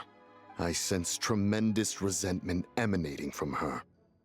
What could be its source to render her so unable to find peace? She was talking about the White Horse Adeptus memories, right? From what the Traveler said, it seemed like she was about to explode with rage. But why? With Rex Lapis away, if we wish to understand that which occurred in the past, we shall have to ask her directly. She also mentioned the Curse of Time. What could that be about? Perhaps erosion. Indeed. We are of the same mind. I heard that ancient clans in the mountains once regarded the White Horse Adeptus as the daughter of time. It seems there was some truth to that, after all. The Daughter of Time. Cursed by time? Time does not treat everyone equally. The longer you dwell in this world, the more it takes from you. Then what do we do? One has devised a solution. Based on what you have told us, it seems that Zuje is in the habit of leaping to a different host when provoked. One's plan is for us to block all escape routes while you confront Mountain Shaper, forcing Zuje to reveal herself. Then, if prior experience stands, she will have no choice but to possess you. However, not only are you able to sense it, you are also unaffected by the peculiar state of stasis. In other words, in that moment, you would have the chance to either subdue or persuade her. That is akin to walking straight into the lion's den. Allow me to go instead. Yeah! Isn't this plan a bit too risky? Why doesn't Paimon try first? After all, even if she got possessed, it's not like she would pose a danger to anyone. Paimon's wishes aren't all food-related, you know. One would not suggest this course of action if one had any such reservation. Time and again, the Traveler has proved immune to Sigil's influence. Consider for a moment why that might be. Oh yeah! That's what the first Deadly Self told you, right? Perhaps your time in Nodcry left you with the blessing of the newborn moon goddess, Traveler. And this Whitehorse Adeptus clearly has a profound connection to the moon. Indeed. Indeed. I see. Have you other concerns, Conqueror of Demons? I was just trying to fathom why Rex Lapis left without explaining the situation in detail. But now I think I understand. Rex Lapis entrusted this matter to the Traveler, which means in his estimation, the Traveler must be the key to its resolution. So I have no other concern. I trust Rex Lapis, and I trust you. Then we are all in agreement on proceeding with this plan? Very well. We should depart at once, lest we lose our chance. Let us see whether that old fool truly dares to face one's abode with Mint.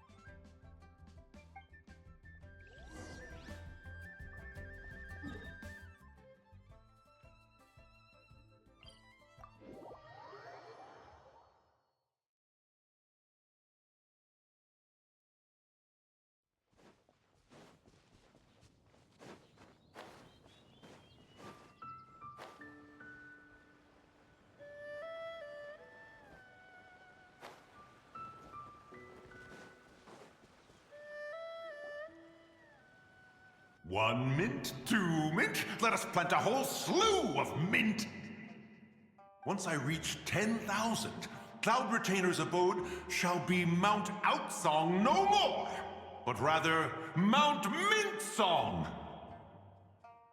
Oh, to behold the look on her face when she is confronted with such verdant splendor! Mountain Shaper, you dare disturb the tranquility of one's abode! Do not take personal offense, Cloud Retainer. He is not in control of his faculties. Exactly. Let it go this once. Zidja is the one driving him to do this. Huh? But Zidja just helps people fulfill their own wishes and desires. Not now, Paimon. Oops. Sorry, Mountain Shaper. Paimon might have just thrown you under the bus. When he wakes up, we shall have words. Everyone, to your positions.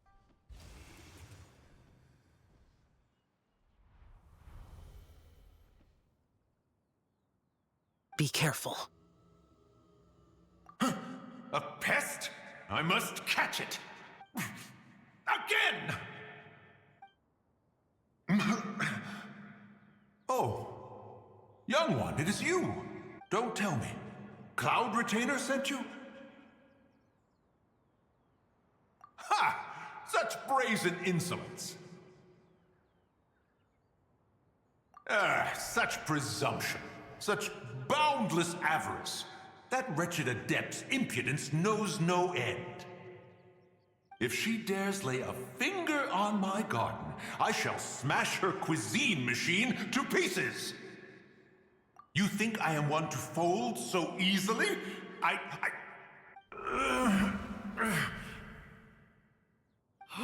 Insolent mortal! Time and again, you interfere in that which is beyond you. You make it exceedingly difficult to contain my rage. You have no conception of that which you seek. It is forbidden! You know nothing of my past. My warning was given. The cost entwined with this is beyond what you can bear.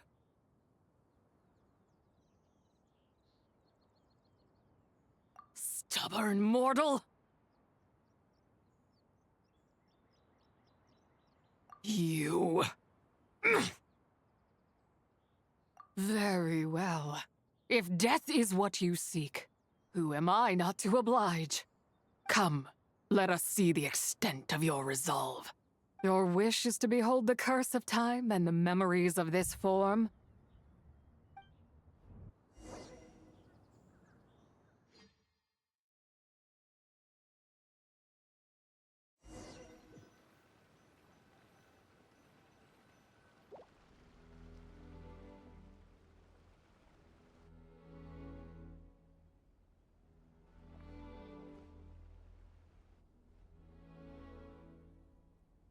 You who seek death, stand before me. My prison. I was merely a trace of impure energy within Zabai's immortal body. When her soul was shattered, it should have been the end of me. But then, the one who governs time descended from on high and froze the moment of her death. And so, I remain in this world, unable to find release. A mortal who knows of her existence and would dare to speak her name. Who are you?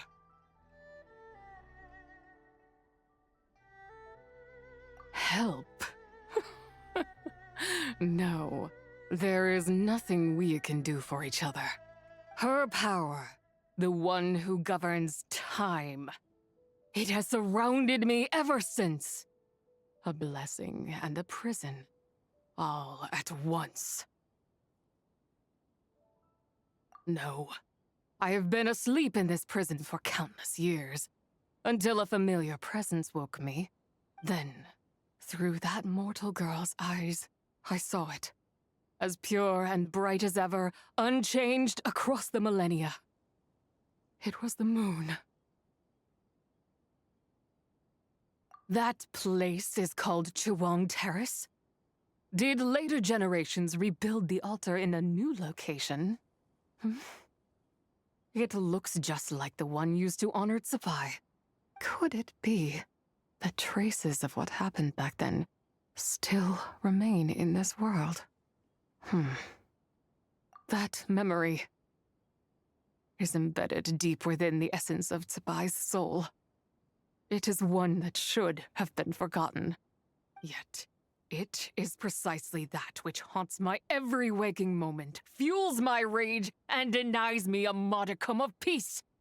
Now you, a mere mortal, come to seek that which is forbidden. So, let us see whether the fire that fuels your ambition is a hero's wisdom or a fool's courage. I shall relinquish control over this body's curse and let it devour everything within sight. Run as fast as you can, lest this prison become your grave. Look, it draws near. The river of time, come to sweep all into oblivion. A torrent of tears for the dead and departed. I shall wait for you at the end, mortal. Evade being swept up in its waters, and I will show you everything. Fail, and we shall sink into oblivion together.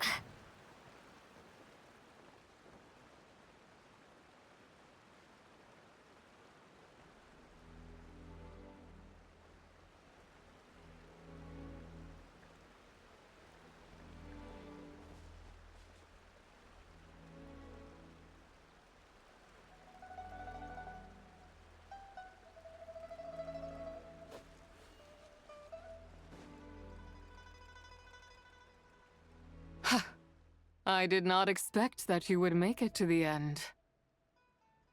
Yes, It would seem even time cannot hold you back. In that case, perhaps this truth is one you can bear. Come, let your wish be granted.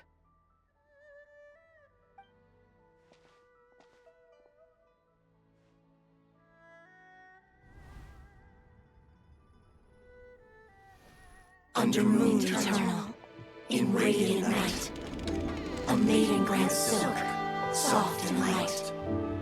Under moon iridescent, in night divine, a maiden grants fiber for cloth so fine. Under moon of frost, in night so great, a maiden grants tools to divine our fate. What are Mom and Dad doing? Shh, just make a wish. The kind Adeptus on the moon is listening.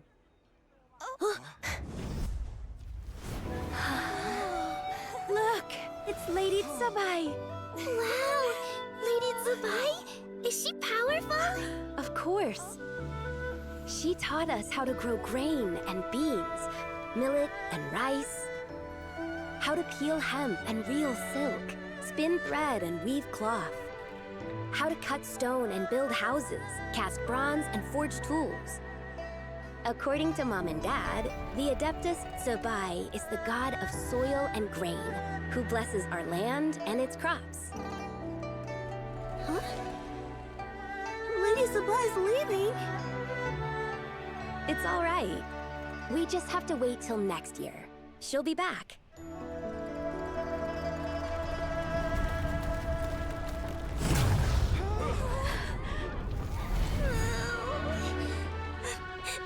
Mom and Dad are gone. Why hasn't Lady Tsubai returned? She'll come. We just have to believe. What is that?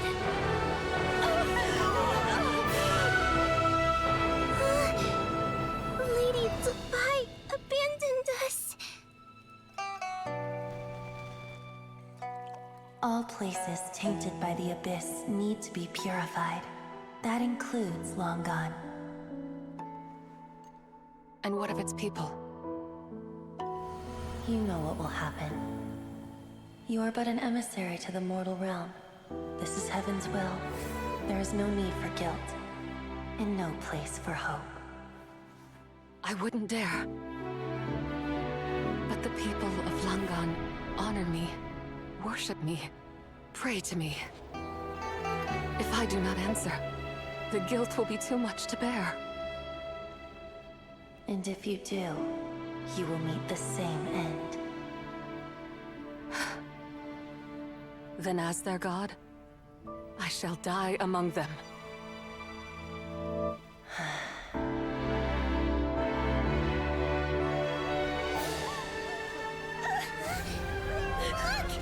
Lady Tsubai came to save us! I knew she wouldn't abandon us! Run!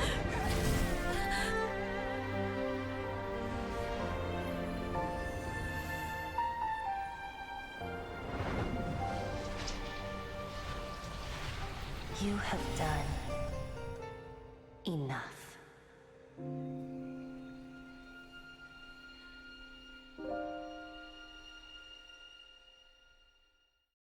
Now you know the truth. These are the memories that suffocate me where I stand and crush me under their weight. Not just my nation, but the people I loved. Were it within my power, I would ignite a blaze fierce enough to burn a hole through the heavens themselves. It was a time of war, one that ravaged heaven and earth. Remnants of the battles tainted with cursed power fell from on high and devastated Langan. The heavens decreed that the tainted filth had to be cleansed. No matter the cost, if I just had more time, I could have helped more people to escape. But it wasn't enough! I just needed a bit more, and they all could have survived.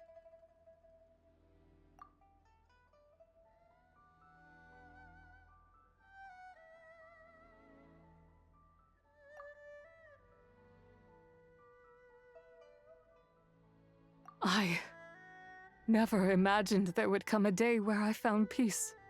So long this rage has been within me. Yet here in this moment, it has stilled at last. If you wish to bring Tsubai back to life, mortal, then you may take the part of her soul that lives in me. Just remember, from this moment onward, the fate of Langan's fallen rests on your shoulders, and that cannot now be changed. As I said before, I am but a remnant of Tsubai's adeptal form, a manifestation of her wrath that was not meant to linger in this world. By taking away this fragment of her soul, you take away my shackles as well. So, let it be done. Ah, it's your turn to grant one of my wishes, is it? Very well. In regard to my fate, and that of Langan's fallen, I know there is little I can demand of you. However, should another raise a war banner against the heavens someday, let my name be set upon its cloth. I ask for this, and nothing more. Now, take what you came for. I was a lone moon, shrouded and dimmed in cloud-veiled night. Now darkness breaks. I was a lone moon, shrouded and dimmed in cloud-veiled night. Now darkness breaks. Free and unburdened, I reclaim my light.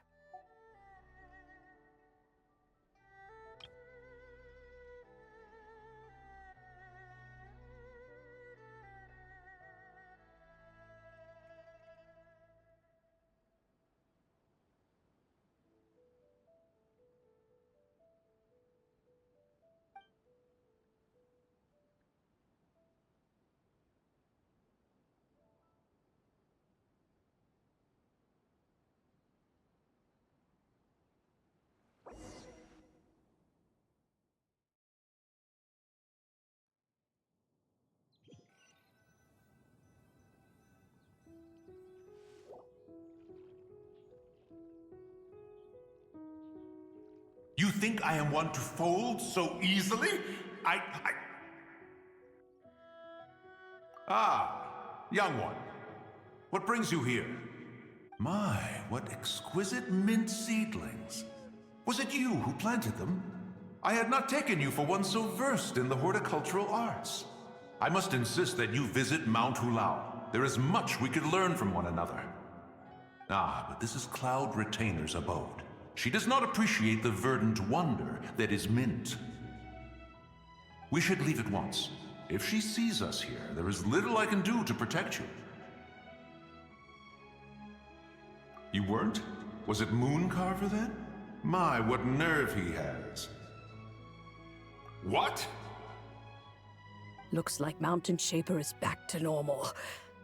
Has the matter with Zizhi been resolved then? Wow, that was fast. That took, what, like a second? A second to us, perhaps. But for the Traveler, I imagine it felt much longer than that. One's plan was most successful then. And you're all right, Traveler. You don't feel strange in any way? Well, sounds like good news all around. I'm glad this matter is resolved. What is this matter you speak of? The possession of that mortal child? The matter of Zizhi may have been resolved, but there is another that is far from over. The mint you planted around my abode. Perhaps you have a moment to spare for a little chat, Mountain Shaper.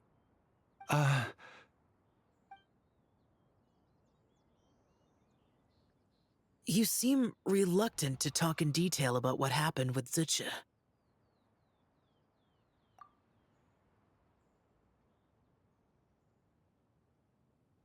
Don't worry. I won't ask you to reveal her secrets to me. And I doubt the other Adepti will either. Huh? You don't want to know what happened? The expression on your face. I know it well, Traveler. It's one I've seen Rex Lapis wear on many occasions. Whatever you learned, it must be too heavy to share. But you're okay, right, Traveler? That deadly self didn't hurt you, did she?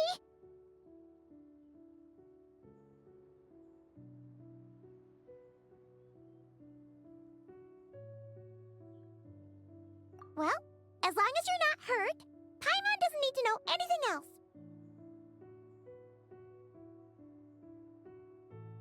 Even so, I hope you feel like you can entrust me with it.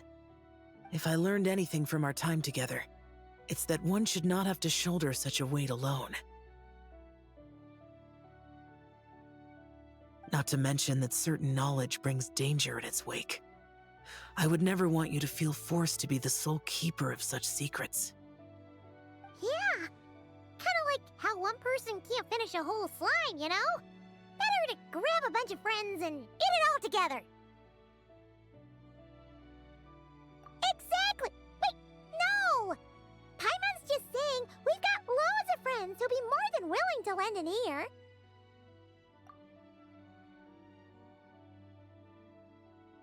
I never knew there was such a tragic chapter in the ancient past of this land. So, the people of that nation worship the White Horse Adeptus as the god of soil and grain. It would seem, then, that Rex Lapis had a similar reason for withholding the details of his recent trip. I've often wondered if he had companions to stand by him before we met, or if he was forced to face things alone. Regardless, Lantern Rite takes place in 2 days. Let's meet back up again there. If there's no news of Rex Lapis by then, we'll have to come up with a plan. Fingers crossed it all goes well.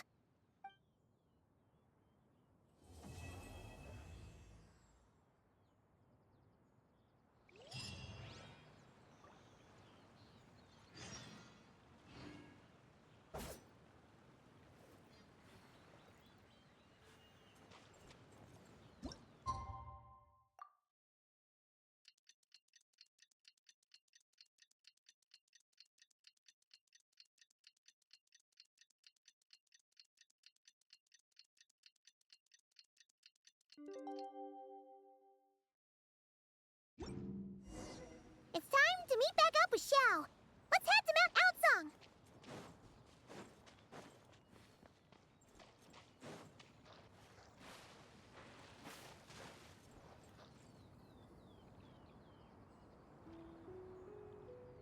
Xiao, Cloud Retainer, Madam Ping, we're here. Any news on Zhongli? Wait, are we missing 2 Adepti? Well, Shenyun banned Mountain Shaper from Mount Outsong for 3 days. Oh, then what about Mooncarver? The scheme to plant mint in one's abode was one those 2 fools devised together? And when it comes to punishment, one does not discriminate. His banishment ends in 3 days as well. Wow, that's pretty harsh, Cloud Retainer. Let's get down to business.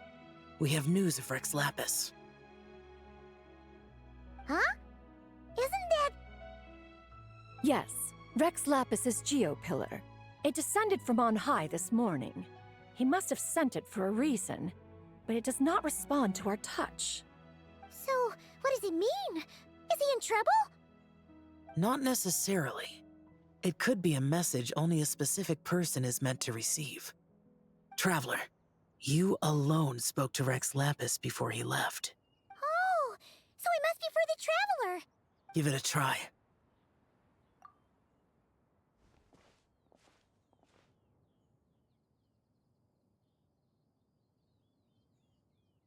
Come to the spring on Mount Qingse. I have left an entrance for you.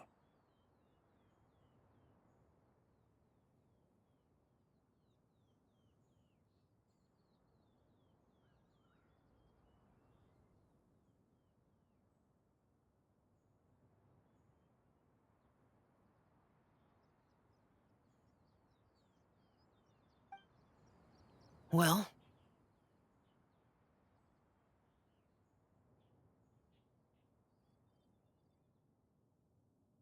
Just as one surmised, it seems that Rex Lapis will not countenance our involvement in this matter. That would not surprise me in the slightest. He's always had a soft spot for the traveler, after all. But be that as it may, we have served Rex Lapis for millennia now. In other words, I'm sure this has nothing to do with favoritism. That's right. So you mustn't let your guard down, even if Rex Lapis is by your side. All right, let's get going. We'll try not to keep you all waiting.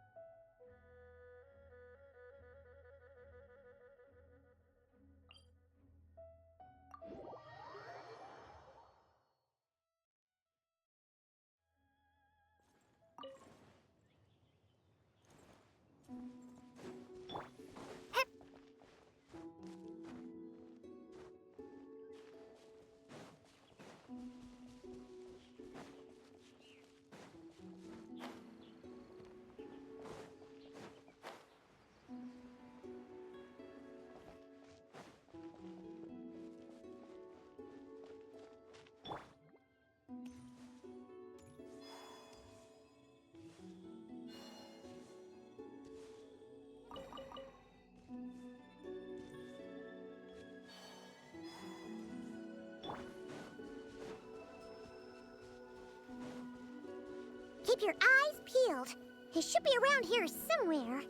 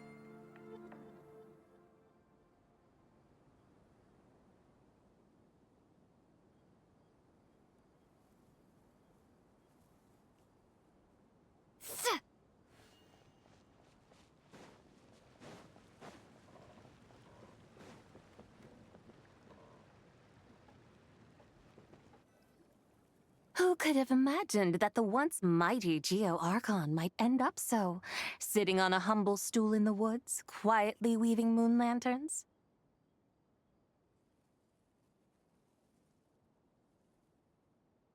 You really do look like an old man now. This is a Shao lantern, not a moon lantern. In ages past, when the gods waged war and the world was in turmoil, these lanterns were lit to guide fallen warriors back to their homes. Had you tarried in the mortal realm for but a little while longer, you might have become quite accustomed to them. Even so, It bears such a striking resemblance to the moon lanterns they used to offer up to the heavens. Could this truly be mere coincidence? Perhaps in some sense it is, yet in another, it isn't. For instance, who is to say that some of Langan's magnificent jade did not become part of the very foundations upon which Liyue Harbor now stands? It is conceivable that this ritual was transmitted in such a manner too. Now, let's not let ourselves get carried away. For all its splendor, do not forget that, in the end, even Langan could not escape its heaven-sent fate. Alas, it is just a pity that the little creatures of this world may never again lift their eyes to the moon, even should misfortune befall them. But you, Geolord, now that you rule this realm, why take the trouble, not to mention the risk, to visit one who bears such profound guilt as I? Are you not afraid that you might be sullied by the curse of time that was laid upon me? There is no risk to speak of. At least, not in comparison to that which you took when you defied the heavens all that time ago. As I have stated, time and again, it was not I who defied the heavens. Geolord, the ancient affairs of Langan have nothing to do with me, for I am but one of her deadly selves, severed before her demise. My name is not Zebai, but Zichao. Surely you did not take us for one and the same solely on the basis that we may all assume the form of white horses? Sorry to break it to you, but you seem to have found yourself the wrong white horse. Anyway, do tell me, what urgent matter brings you here? Very well, then. I have come to ask for Zebai's shade. Oh? So, the Geolord has set his sights upon Zebai's human soul. And what is it that you intend to do with it? The world outside is changing. With the new moon's birth, the confines of the Shadow Moon are gradually disintegrating. In other words, the heavenly soul is set to return.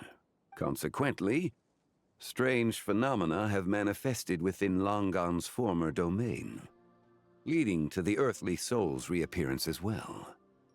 The last of the trio, the human soul, is in your possession. Most intriguing. My intention is to gather all three together, so that an old friend may finally make her return. I must admit, it seems that some remarkable affairs are coming to pass in the outside world. Yet there is one thing you seem to have overlooked, Lord of Geo.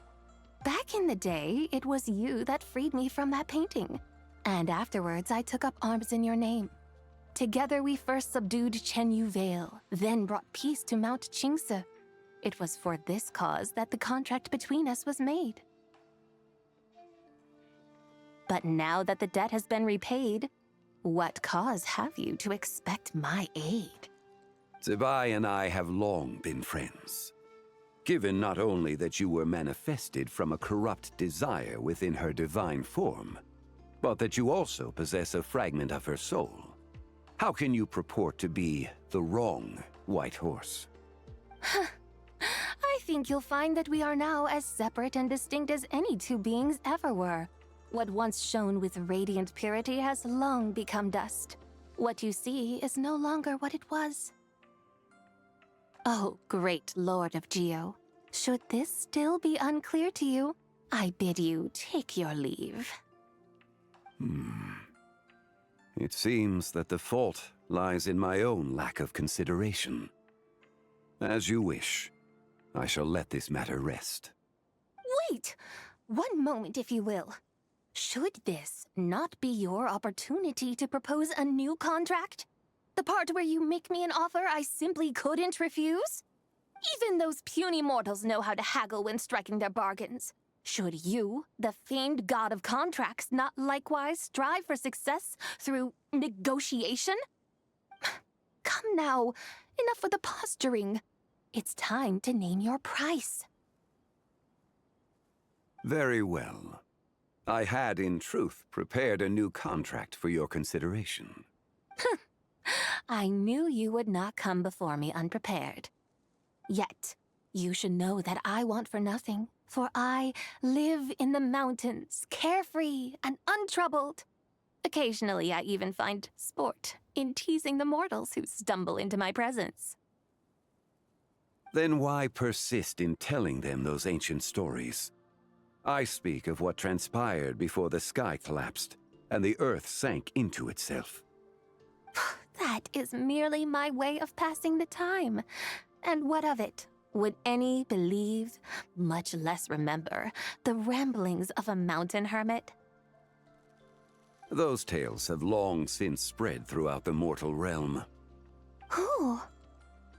Should my words prove insufficient, I invite you to see the world for yourself. To this end, I have found you a pair of trusty guides. The Lantern Rite is presently underway in Liyue, and should prove quite intriguing for you. So this, then, is the contract you have prepared for me? Indeed it is. Think of it as a contract for a one-day festive excursion. Surely you do not hope to offer this in exchange for Tsubai's shade. The foundation of my very existence for a little excursion seems a little steep, wouldn't you say? Why not see for yourself? You can always decide afterwards. The final determination, of course, shall rest with you. Is that so? Then perhaps this deal might not be entirely off the table after all. Where then are these guides of which you speak? Hey, it's Xiangli! Oh, we've been looking for you everywhere. We thought you might have gone missing. You're here. So these are my guides. Well, well. They certainly look the part, I'll give you that. Guides? Oh, you poor innocent little creatures. The benevolent Lord of Geo has sold you to me, which means that for the rest of this day, you belong to me. Sold us to you? Just what have you gotten us into, Xiangli? The situation is not quite as dire as that would sound. I ask only that you accompany my Adeptus friend on a tour of Liyue. I would suspect that depends on how well you entertain me. Entertain you? Let us start with this Liyue harbor of which I have heard so much. Nowhere is quite so fascinating as a place teeming with little mortals. How come this Adeptus sounds so different from what Paimon imagined? Okay, we'll take care of it. Get ready to find out why they call Paimon the best travel guide in all of Tibet.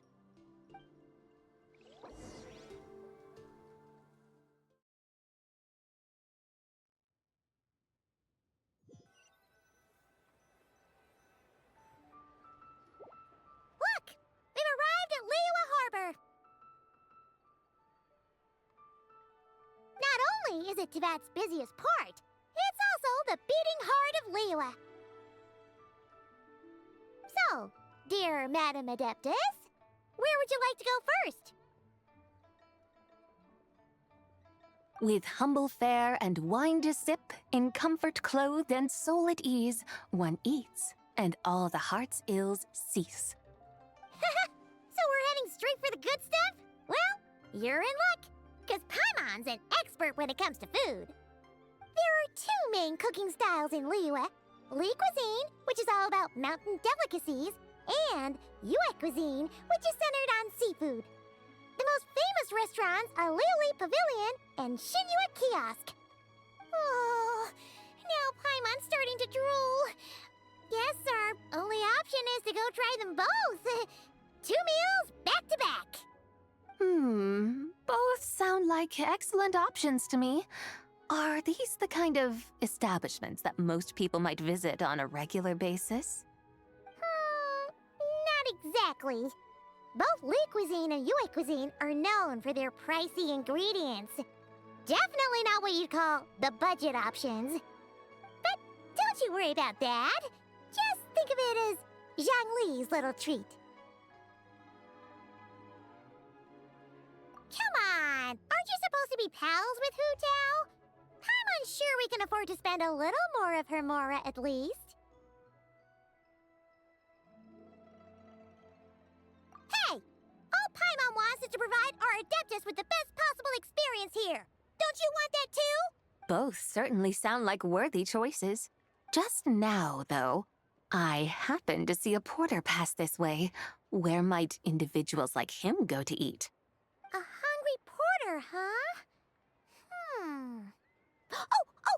Paimon knows just the place!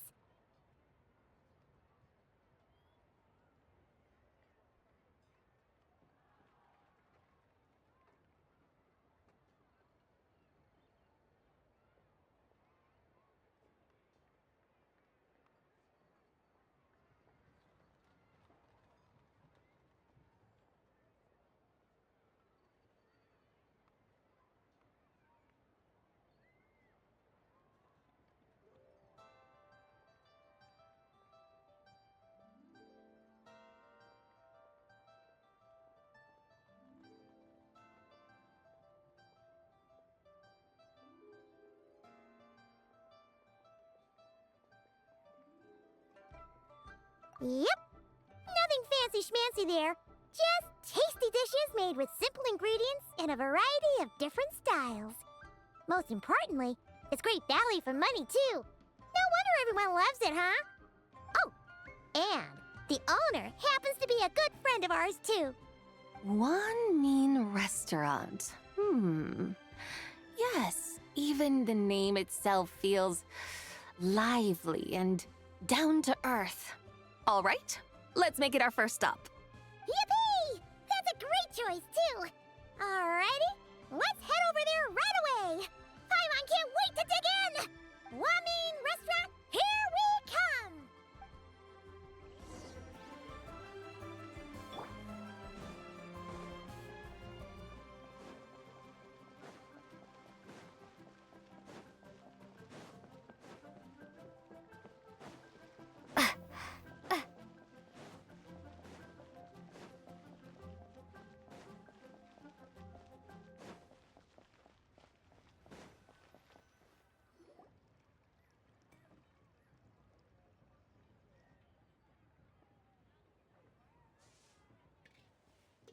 Xiangling! Chef Mel! We're here! Oh, hello there. What a surprise to see you two. Welcome, welcome. Hey there, Traveler and Paimon. We're a little busy today, so grab a table while you still can. But I don't think I've met this lady before. Is she a new friend? You could say that. Oh, I see. Well, hey there. A friend of the Traveler's a friend of mine, too. Don't worry, we'll take good care of you. Just order whatever you want, it's on the house. By the way, I'm Zhangling. I cook here at One Mean Restaurant. What's your name?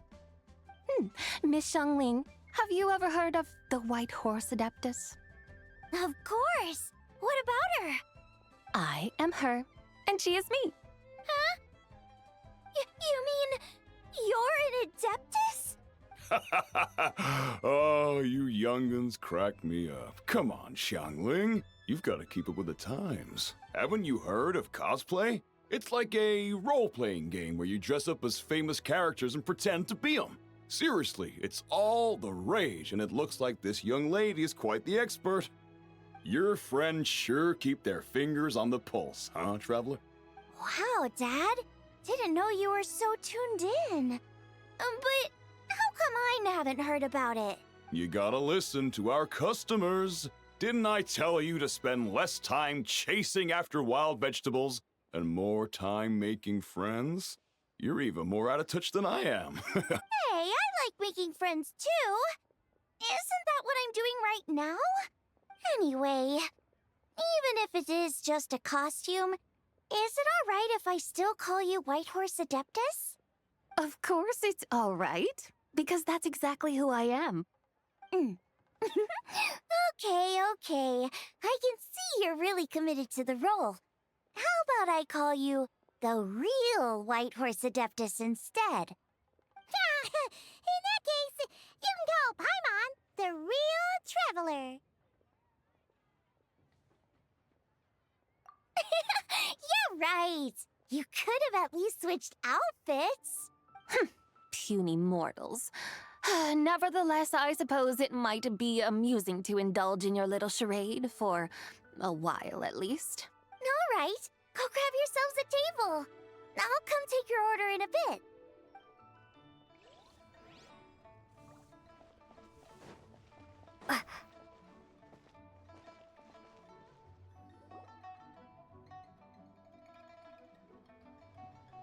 Hello.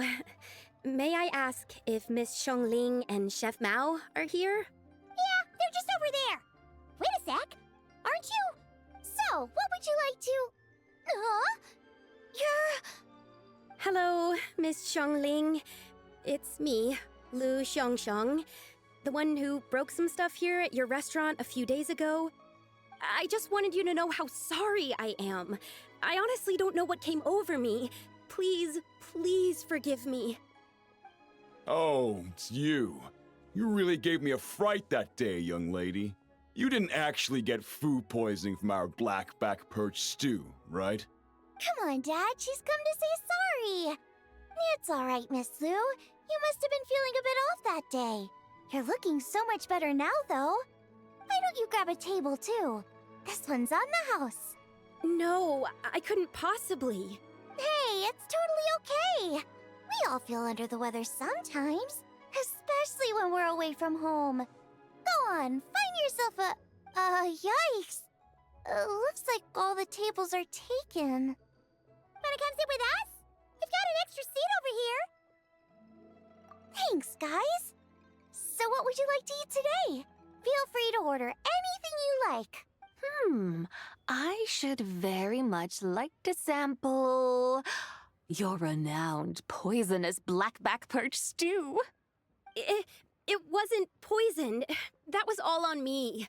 So that's one portion of blackback perch stew. How about you guys? Paimon wants...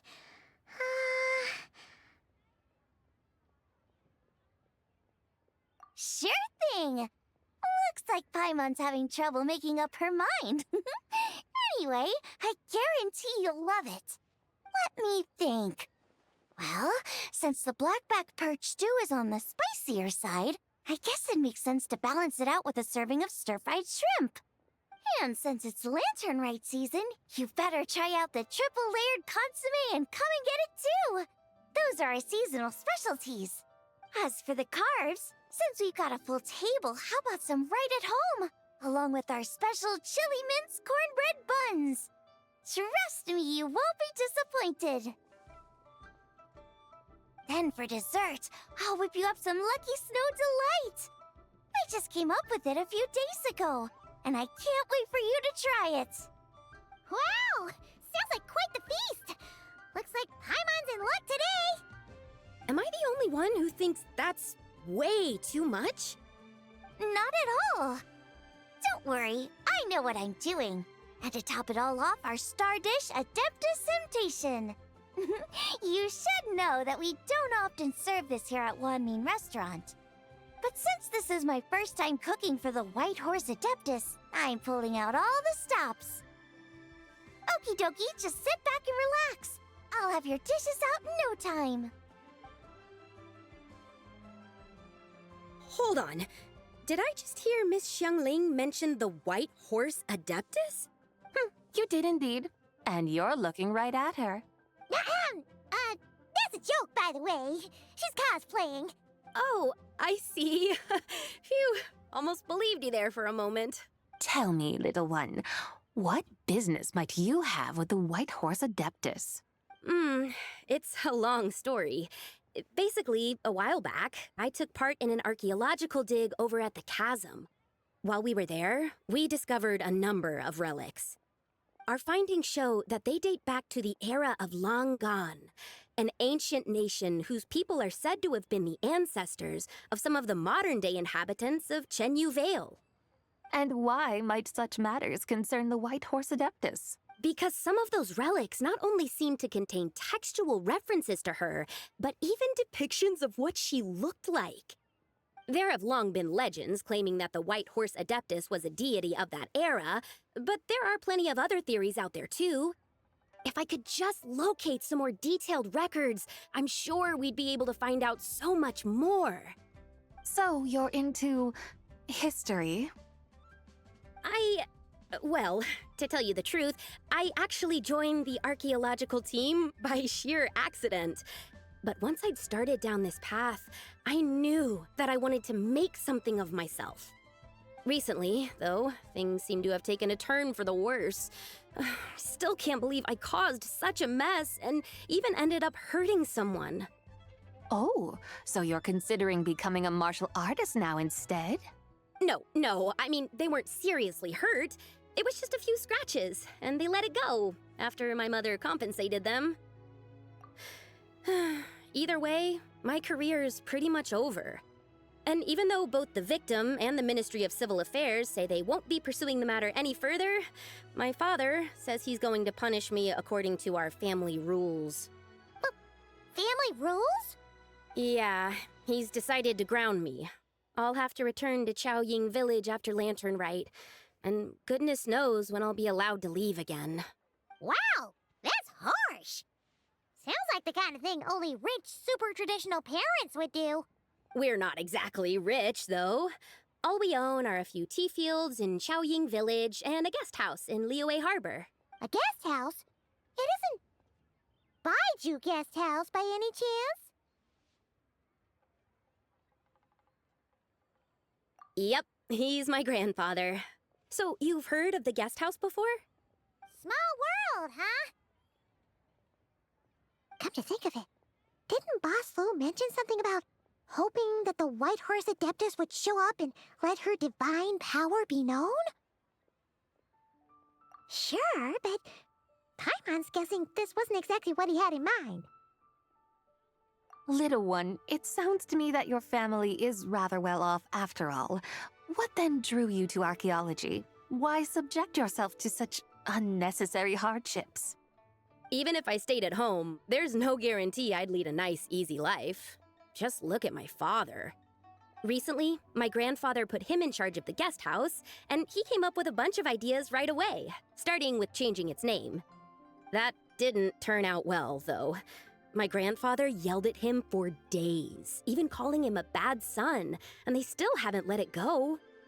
Oh! Paimon thinks we might have heard about that too. Long story short, being dependent on others is never fun. You just end up being completely under their thumb. That's why I want to make it on my own out here, no matter how hard it is.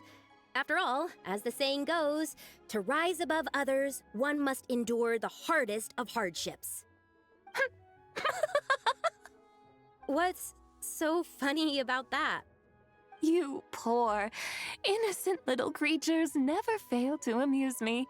To think you would endure all manner of hardships in your brief time on this mortal plane, and all that merely to rise above others. I would have thought that the wiser path would be to simply roam this world as I do. Huh? Tell me, what is it that you truly delight in? Archaeology? Martial arts? Tea planting? Or perhaps the keeping of a guest house? What I delight in? Yes. Surely there must be something you don't find quite so exhausting. Whatever delights you should not feel like a burden. But do things like that really exist? Of course! Take Miss Xiangling, for instance. I defy you to detect even a hint of hardship on her face when she wields her walking spatula. So, since it seems you are resolved to tread the rocky path, you should strive with all your might to pursue that which brings you delight. You mean, like cosplay? I suppose you might say that. Looks like the White Horse Adeptus is really getting into her role. I think I get what you mean, then. Maybe I should have a chat with Miss Xiongling before I head home. Okay, everyone. Sorry to keep you waiting. Here's your food. Wow. It all smells so good. Oh, finally! I get to try that famous poisonous stew. Hey! Didn't you hear what Shang said? It wasn't the stew. If anyone's to blame, it's that other you. What's up? How fiercely this mortal fare burns upon the tongue!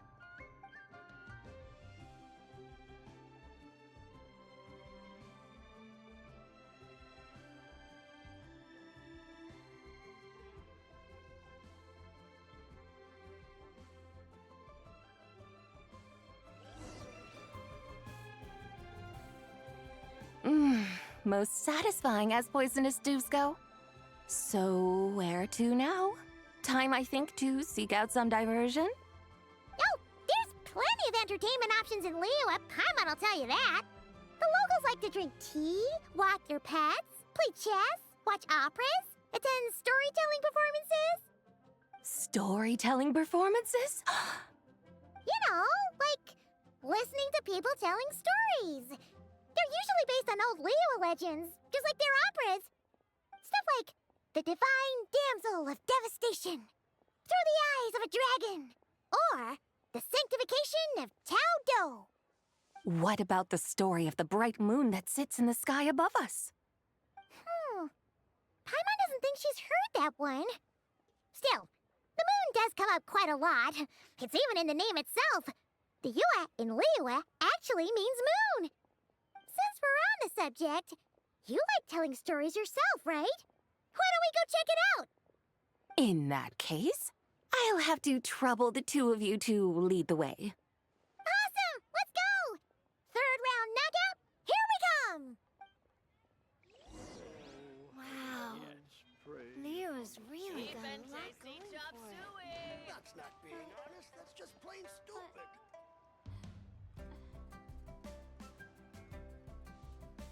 What a tongue twister!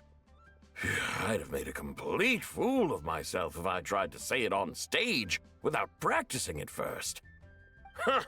Call yourself Iron Tongue, Tien. Wobbly Tongue, Tien, more like. I used to have that problem a lot. But if you just take your time to grasp the meaning and commit it to memory, you'll be able to say it smoothly in no time. You're right, Miss Yoon. I'll give it another try. Hey, Yunjin! Fancy seeing you here! What are you two talking about? Ah, Traveler and Paimon, we meet again. And who, may I ask, is this? You may call me the White Horse Adeptus. The White Horse Adeptus? She's not really an Adeptus. I see. Well, it certainly looks like a lot of fun. Oh, funny you mention it. This type of thing is actually something I'm quite familiar with. Once, to perform Through the Eyes of a Dragon, I decided to imagine that I was Rex Lapis himself. It was the only way to truly inhabit his mindset and understand his resolve to quell those demons. Sounds like you just wanted an excuse to feel all big and powerful. Hey, that's... You just don't understand how inspiration works. You're one to talk.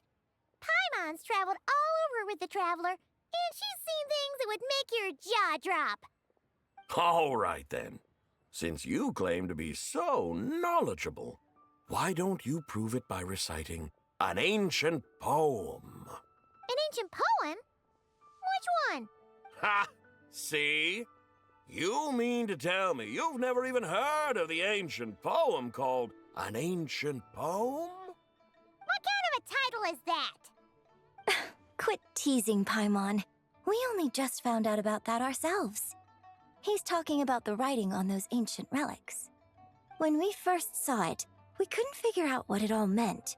So in the meantime, we decided to just refer to it as an ancient poem. However, thanks to the painstaking work of the scholars who were tasked with decoding it, it seems like that's exactly what it was. Or rather, an ode offered in veneration of the moon and the White Horse Adeptus. Oh yeah! Didn't Kuching mention that before? It's got something to do with Longan, right? That is correct. The Ministry of Civil Affairs has issued a notice stating that, although it is true that the moon may disappear tonight, we should be in no danger. In other words, there's nothing to fear. But if you're worried, we can always take a leaf from the Book of the Ancients. By reciting this poem, I mean, and calling for the White Horse Adeptus's aid.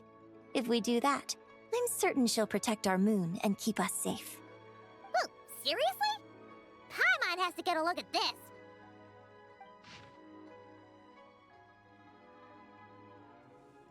Under moon eternal, in radiant night, a maiden grants silk, soft and light?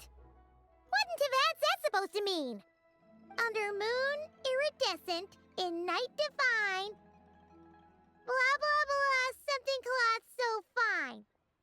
Something about fields being plowed, something else about seeds being sown from the earth.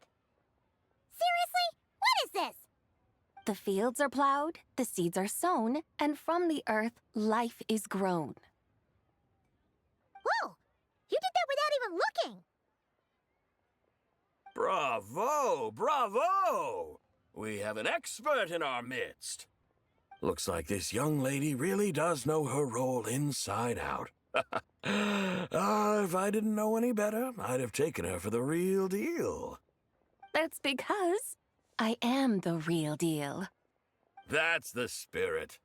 This is exactly the kind of mindset I was talking about. Behold, mortals, I am none other than the indomitable Rex Lapis himself. Kneel before my godly splendor. Believe me, young lady, I know exactly why you do it. Back in the day, I was just like you. I must say you are rather amusing as mortals go. Miss White Horse Adeptus, it is a great pleasure to make your acquaintance today. I have some questions regarding the poem, and I was wondering, perhaps, if you might be able to shed some light on it? You want me to explain the full meaning of its verses? Your guidance would be much appreciated. Fascinating.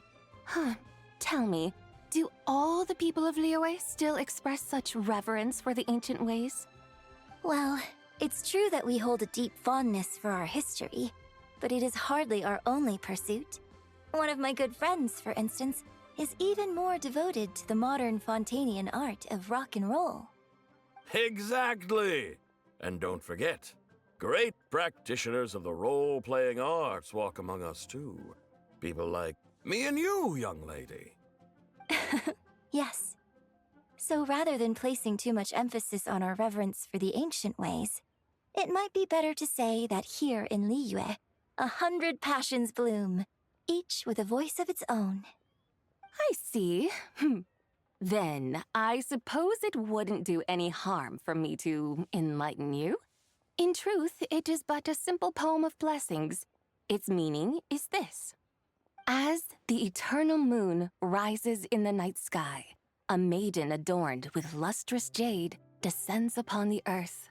She blesses the kudzu vines and mulberry leaves, so that they may be used to make coarse cloth that is nevertheless soft, light, and comfortable to wear.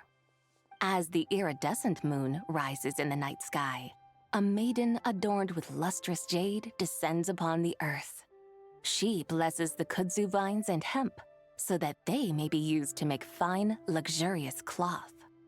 As the frost moon rises in the night sky, a maiden adorned with lustrous jade descends upon the earth. She blesses the mugwort and artemisia, so that they may be perfect for divination. So she really did come down from the moon? She shows the people how to use the plow and spade to purge the land of weeds, till the soil, and heap up the earth to make it fertile. Then with the hoe, she teaches them to sow their grain, bestowing the promise of life upon every seed. She blesses the millet and the beans, ensuring that their stalks and vines stretch forth without end. She graces the wheat and the rice, so that their heavy heads are filled with plump, glistening grain. Sounds like she's a real pro at all this farming stuff. The fruits of the field are harvested and brewed into sacred wine for honored guests. This we reverently present to the divine maiden, with every ceremonial step flawlessly observed, so that she may witness the depth of our piety and respect. Oh, divine maiden, how can your graceful presence in the sky not seem like that of a fairy descending from the heavens? Oh, divine maiden, how does your pure and radiant form not resemble the guardian spirit of our land? I send my heart's desire, ascending to the heavens, beseeching you to grant us good fortune and blessings in the coming year. Huh? So, that's what it's supposed to mean? I find myself speechless, moved beyond the power of words to convey. Oh, young lady, you have shown me the heights to which a true role player might aspire. A truly remarkable performance. I did not anticipate that anyone could unravel this poem with such depth and clarity, and so soon after the Ministry of Civil Affairs noticed, too. I'd even begun to consider myself somewhat versed in the matter, but as they say, there's always someone more knowledgeable out there. Allow me to extend my thanks to you, Miss Whitehorse Adeptus. You are far too humble, young one. I must confess, it is I who have been surprised, not only by you, but also by this Liyue harbor of the present day. Ah, so you're not from Liyue. And what, may I ask, has surprised you about it? Oh, it's nothing really. Just some old memories scattered here and there. Very well, my guides. I suppose it is time we set forth on the next part of our excursion. I'd like to go see that wharf now. What say the two of you? No problem. We'll take you wherever you want. Oh, leaving so soon? Before you go, allow me to introduce myself. I am Yunjin, director of the Yunhan Opera Troupe. May I ask your name in return? My own name is scarcely worth mentioning, but since you asked, perhaps I'll tell you the title of that poem instead. Huh? So, it isn't actually called an ancient poem? Of course not. Its real title is Odes of Long Zibai. Odes of Long Zibai. All right then, until we meet again.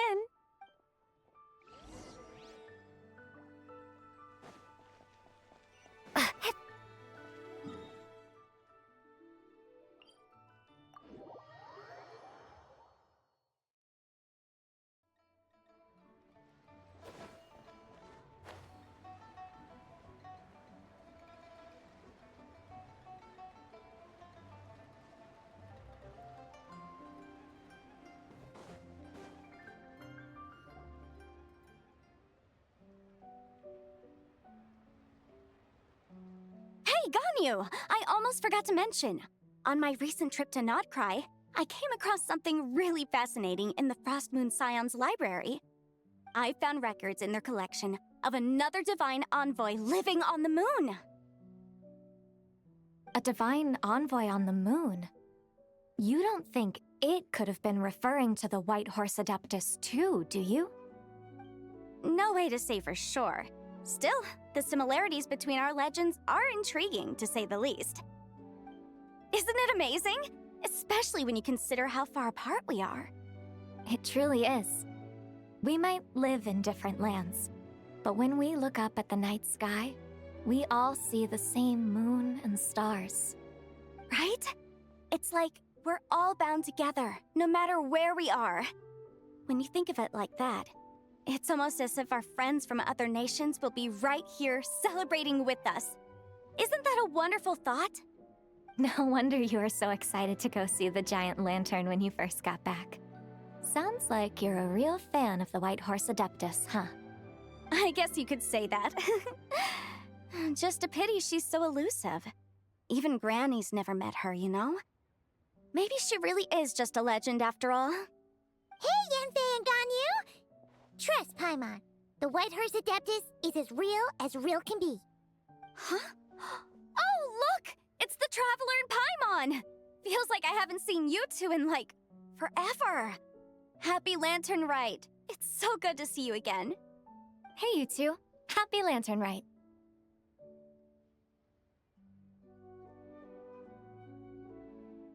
Did I hear you right just now, Paimon? Does that mean you've actually seen the White Horse Adeptus? She has indeed. And now, so have you. Huh? And you are? Why, who else? The White Horse Adeptus, of course.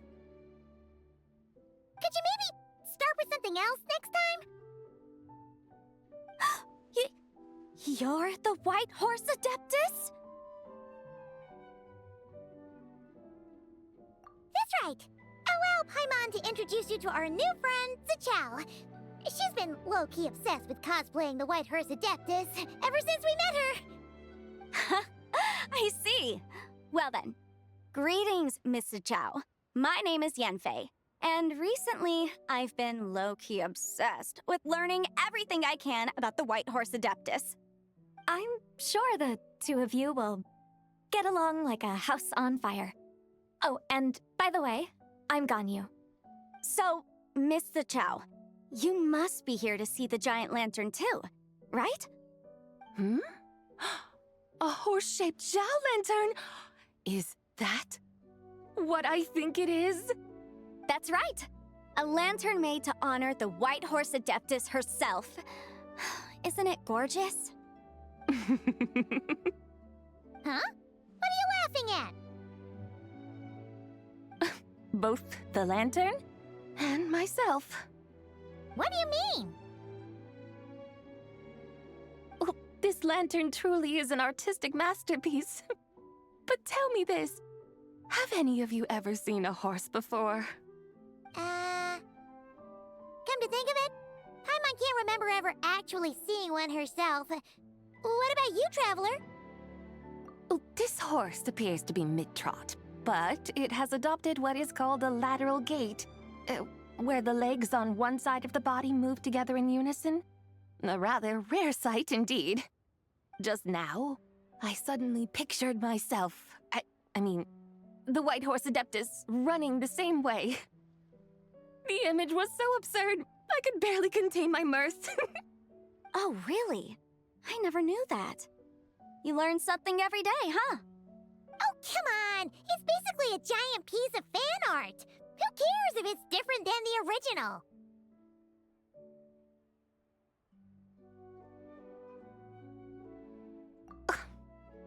I was merely laughing at my own ignorance. I came here thinking that the White Horse Adeptus's tale had been long forgotten. Yet here I am, gazing upon a lantern made in her honor. Well, you couldn't have been more mistaken. There are so many tales about the White Horse Adeptus, I'm starting to lose count. Just off the top of my head. Just so you know, Yanfei, we've heard it all like a million times before.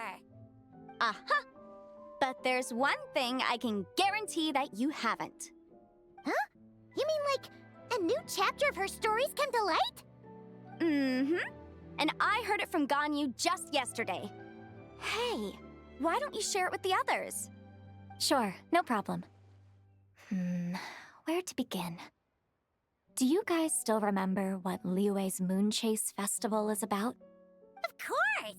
It's a festival held in honor of the Stove God! That's right. But it took a really long time for the Stove God Festival to become what it is today.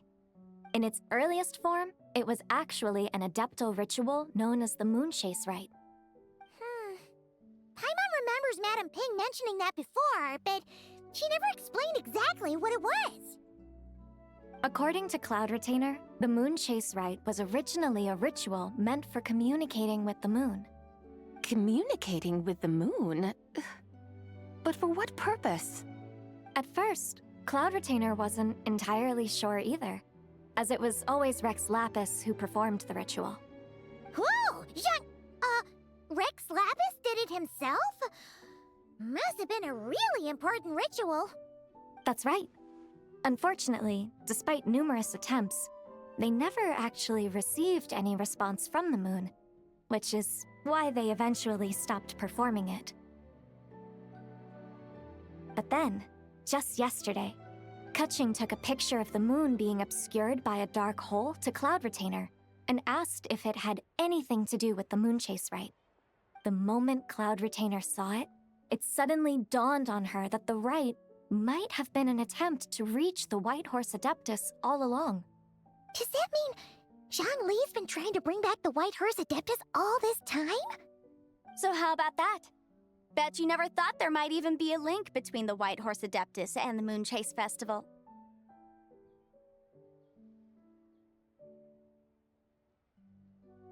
If Kutching hadn't taken that picture to Cloud Retainer, we would never have known any of this. This is probably what Kutching was referring to that day when she mentioned there were some ideas she wanted to follow up on. So, Geo Archon. All this time, you've been striving to awaken her. Huh? What do you mean, awaken? Nothing. What I truly meant to say was, this new insight you've provided has been truly eye-opening. Oh, by the way, my trusty guides, I've been meaning to ask, where in Liyue Harbor might one enjoy an expansive scenic view? Huh? We're off to the next stop already? But Paimon's barely done digesting that lore bomb just now. All the more reason to find the right spot to let it sink in. Oh, so that's what you're up to. A tour of Liyue Harbor? In that case, if you're looking for a spot with a panoramic view, I'd recommend Yujing Terrace. That's a great idea. Since the terrace is on higher ground, the sea view from up there's so much better. Great! Well, the lantern rite's about to start, so we should get back to Granny's now. Hope to see you all at the festival tonight. Oh, you're off too? All right then. See you both soon. See you soon.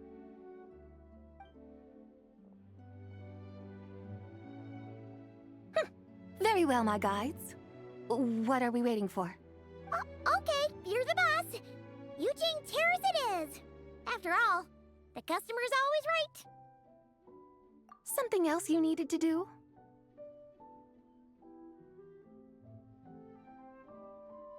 Oh, Paimon likes that idea. And what, may I ask, is a photo? It's this awesome invention that lets you record moments in the blink of an eye. Except, you've got to try not to actually blink. Oh? What must I do in preparation then? Nothing. All you gotta do is choose a pose. The Traveler will handle everything else. Come on, let's give it a try. Look, we got a great picture. Paimon's gonna call it The White Horse Adeptus Meets the White Horse Adeptus in Liyue Harbor.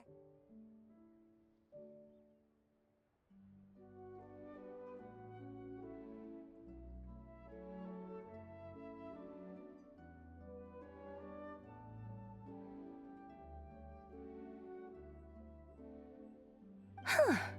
They've even discovered a way to preserve moments in time. Now I truly am curious to witness what else these mortals might accomplish. Very well. Let us proceed. Eugene Terrace lies in that direction, does it not? Hey, wait for us!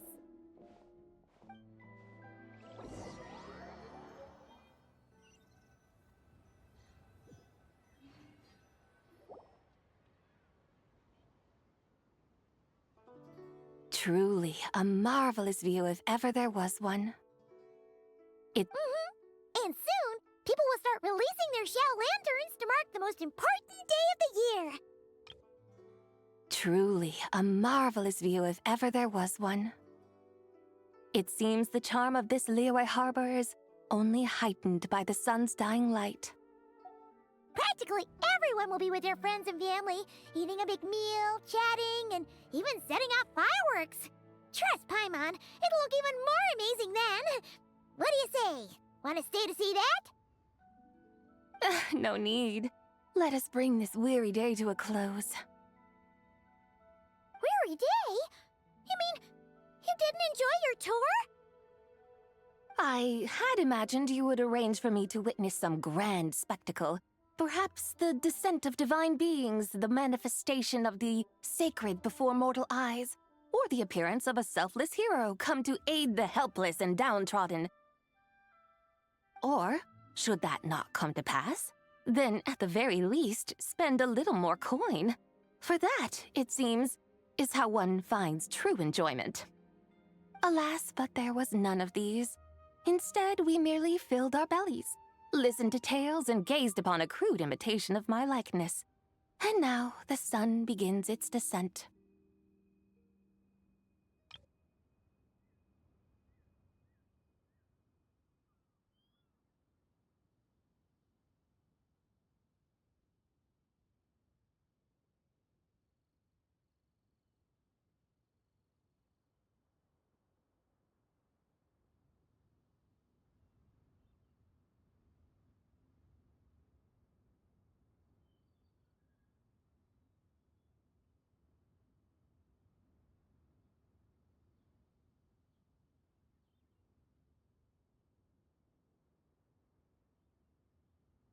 What a day of quiet tedium. Well, we're so sorry. If we'd known that was what you wanted, we'd have done it all differently. It's all that Jiang Li's fault for not making the customer's requirements clear. Well, it's too late now. Do you still believe I would part with that soul fragment, now so intertwined with my very being? But...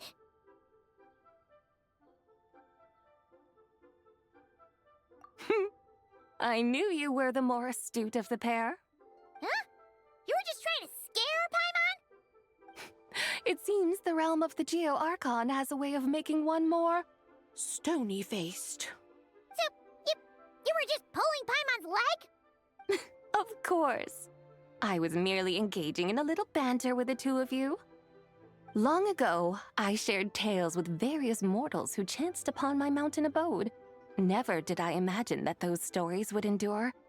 It seems I greatly underestimated them. Perhaps, as your Geolord said, a few pieces of ancient Langan's magnificent jade have truly become part of the very foundation of this land. So, you've decided to help us? Again, that goes without saying. I made up my mind some time ago now.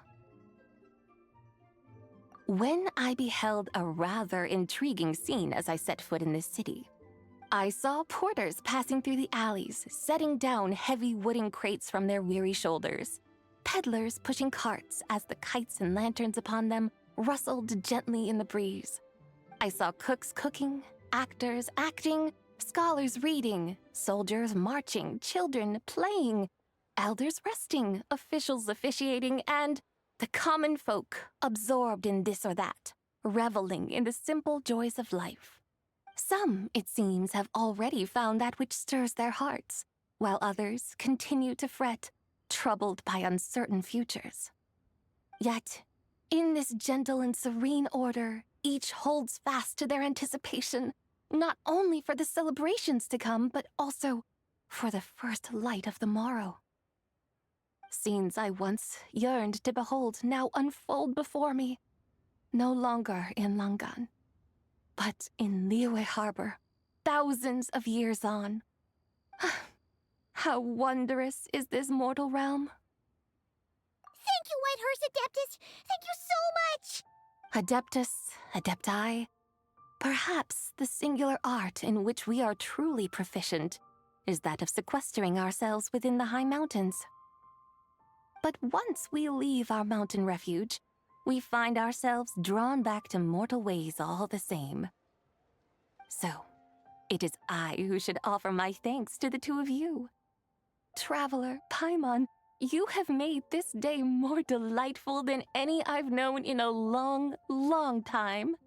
Come now, and take what it is you need. You mean, like, right now? But don't you think we should wait for Zhangli? That won't be necessary. All things shall meet again in their time, for the waters know no rest, and the flowers their appointed season. One need not fear that life is but a journey of goodbyes.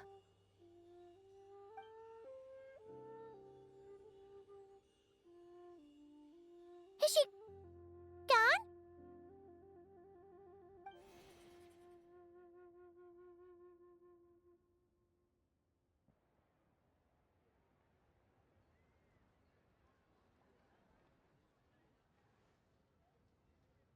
Yes, she's gone. A deadly self is formed from the body's impure vapors, so naturally it cannot survive long in this world. Had it not been sustained by the remnant of Zibai's soul, it would have faded away a long time past. Now that the remnant is gone, it has severed its ties to the mortal world. Zhangli! When did you get here? A while ago, I would have thought you'd at least want to say goodbye. though mountains endure, the ceaseless waters will, at last, wear away their sharp edges. Thus must I meet the marks wrought upon her by the ruler of time with great caution.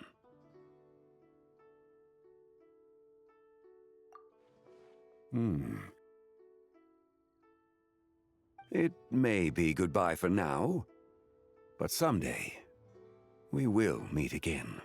Really? And when might that be? Who can say for sure? Years and years from now, perhaps.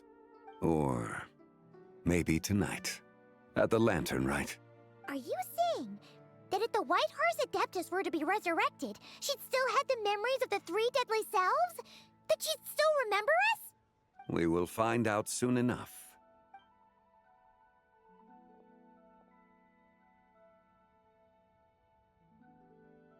It is time. The rite is about to begin.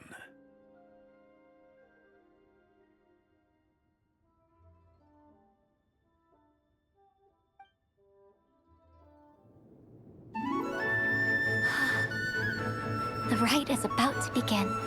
Is the moon really gonna disappear? Got your lanterns ready, everyone? All set. Might be about time to put eyes to the sky. Wouldn't you say, Tianquan? Look.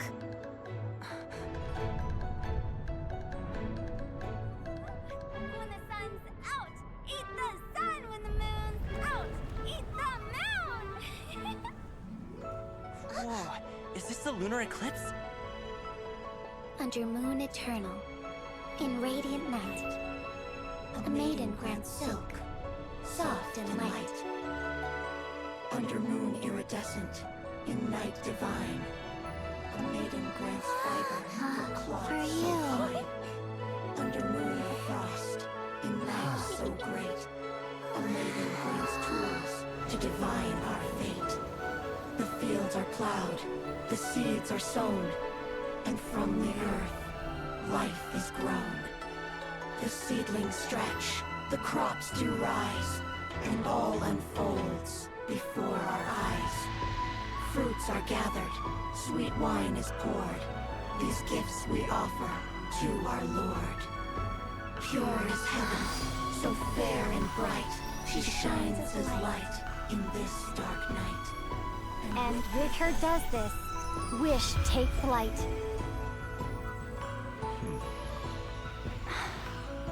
Devoted soul, scattered and unbound. Let this lantern guide you home. By its light be found.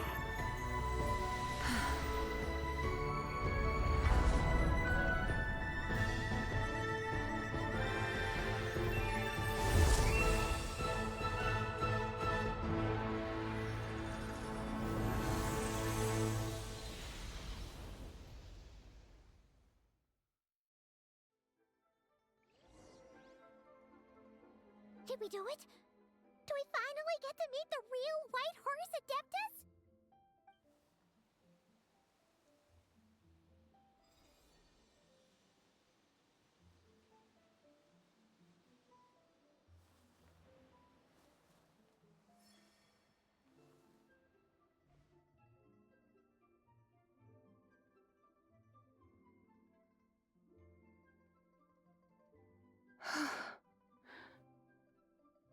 This place.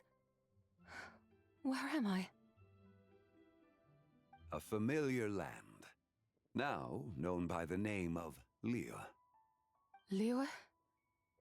The peaks adorn the clouded moon. Then, who might you be? Oh no! She seems to have lost all her memories after all. And those countless lights in the sky. What are they? These lights, each like a dwelling in glad accord, usher in this day of joyous rebirth. And whose rebirth might that be? That of my old friend, Zibai. Zibai? Yeah, that's you! Don't you remember anything at all? That's... me? Oh, yes. The envoy of the Lunar Palace, my name, is Zibai indeed. Then, you must be... the Lord of Geo, Heaven's Star. Many years have passed since we last saw one another. Zibai, my friend, welcome home. Home? But why does this place, this Liyue, feel at once so strange and yet so familiar? Who you are? Who are you? You are that treasure-hunting damsel, the one stricken by the poisonous fish stew. Who you are? Who are you? Ah, yes, I remember now.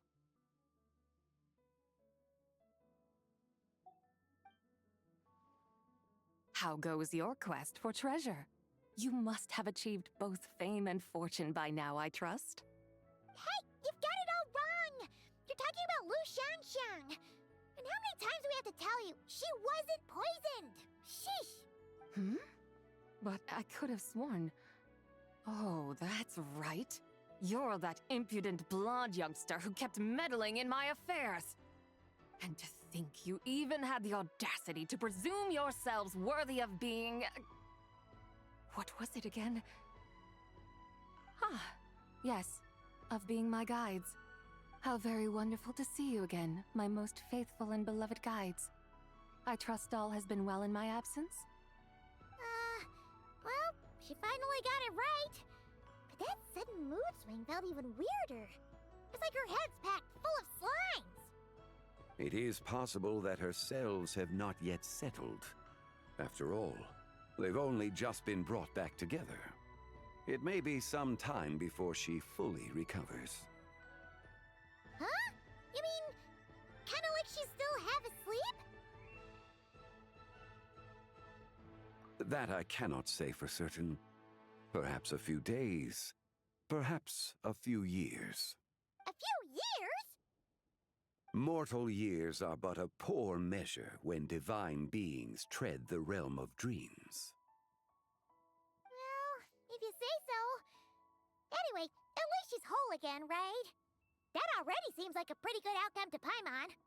Yes, there is little cause for worry. We need only wait and let time take its course. Say, what are those little creatures over there up to? Celebrating Lantern Rite, of course. And those lights up in the sky? Those are all Xiao lanterns. This... Lantern Rite. Then, may I join in too? Of course! Why else do you think we've been running around like headless chickens these past few days? Tell you what, Traveler, why don't we take the White Horse Adeptus out to celebrate? Who knows? Maybe seeing some familiar faces might help her find her feet? Hey, Zhangli! You've got got some time on your hands now, right? Why don't you come along with us? By no means a bad idea, Paimon. Oh, Isabai, before Paimon forgets, when we meet the others later, remember to wish them a happy lantern rite. Happy, lantern rite? Happy Lantern Rite! Yes, happy lantern rite indeed. Well then, let's go!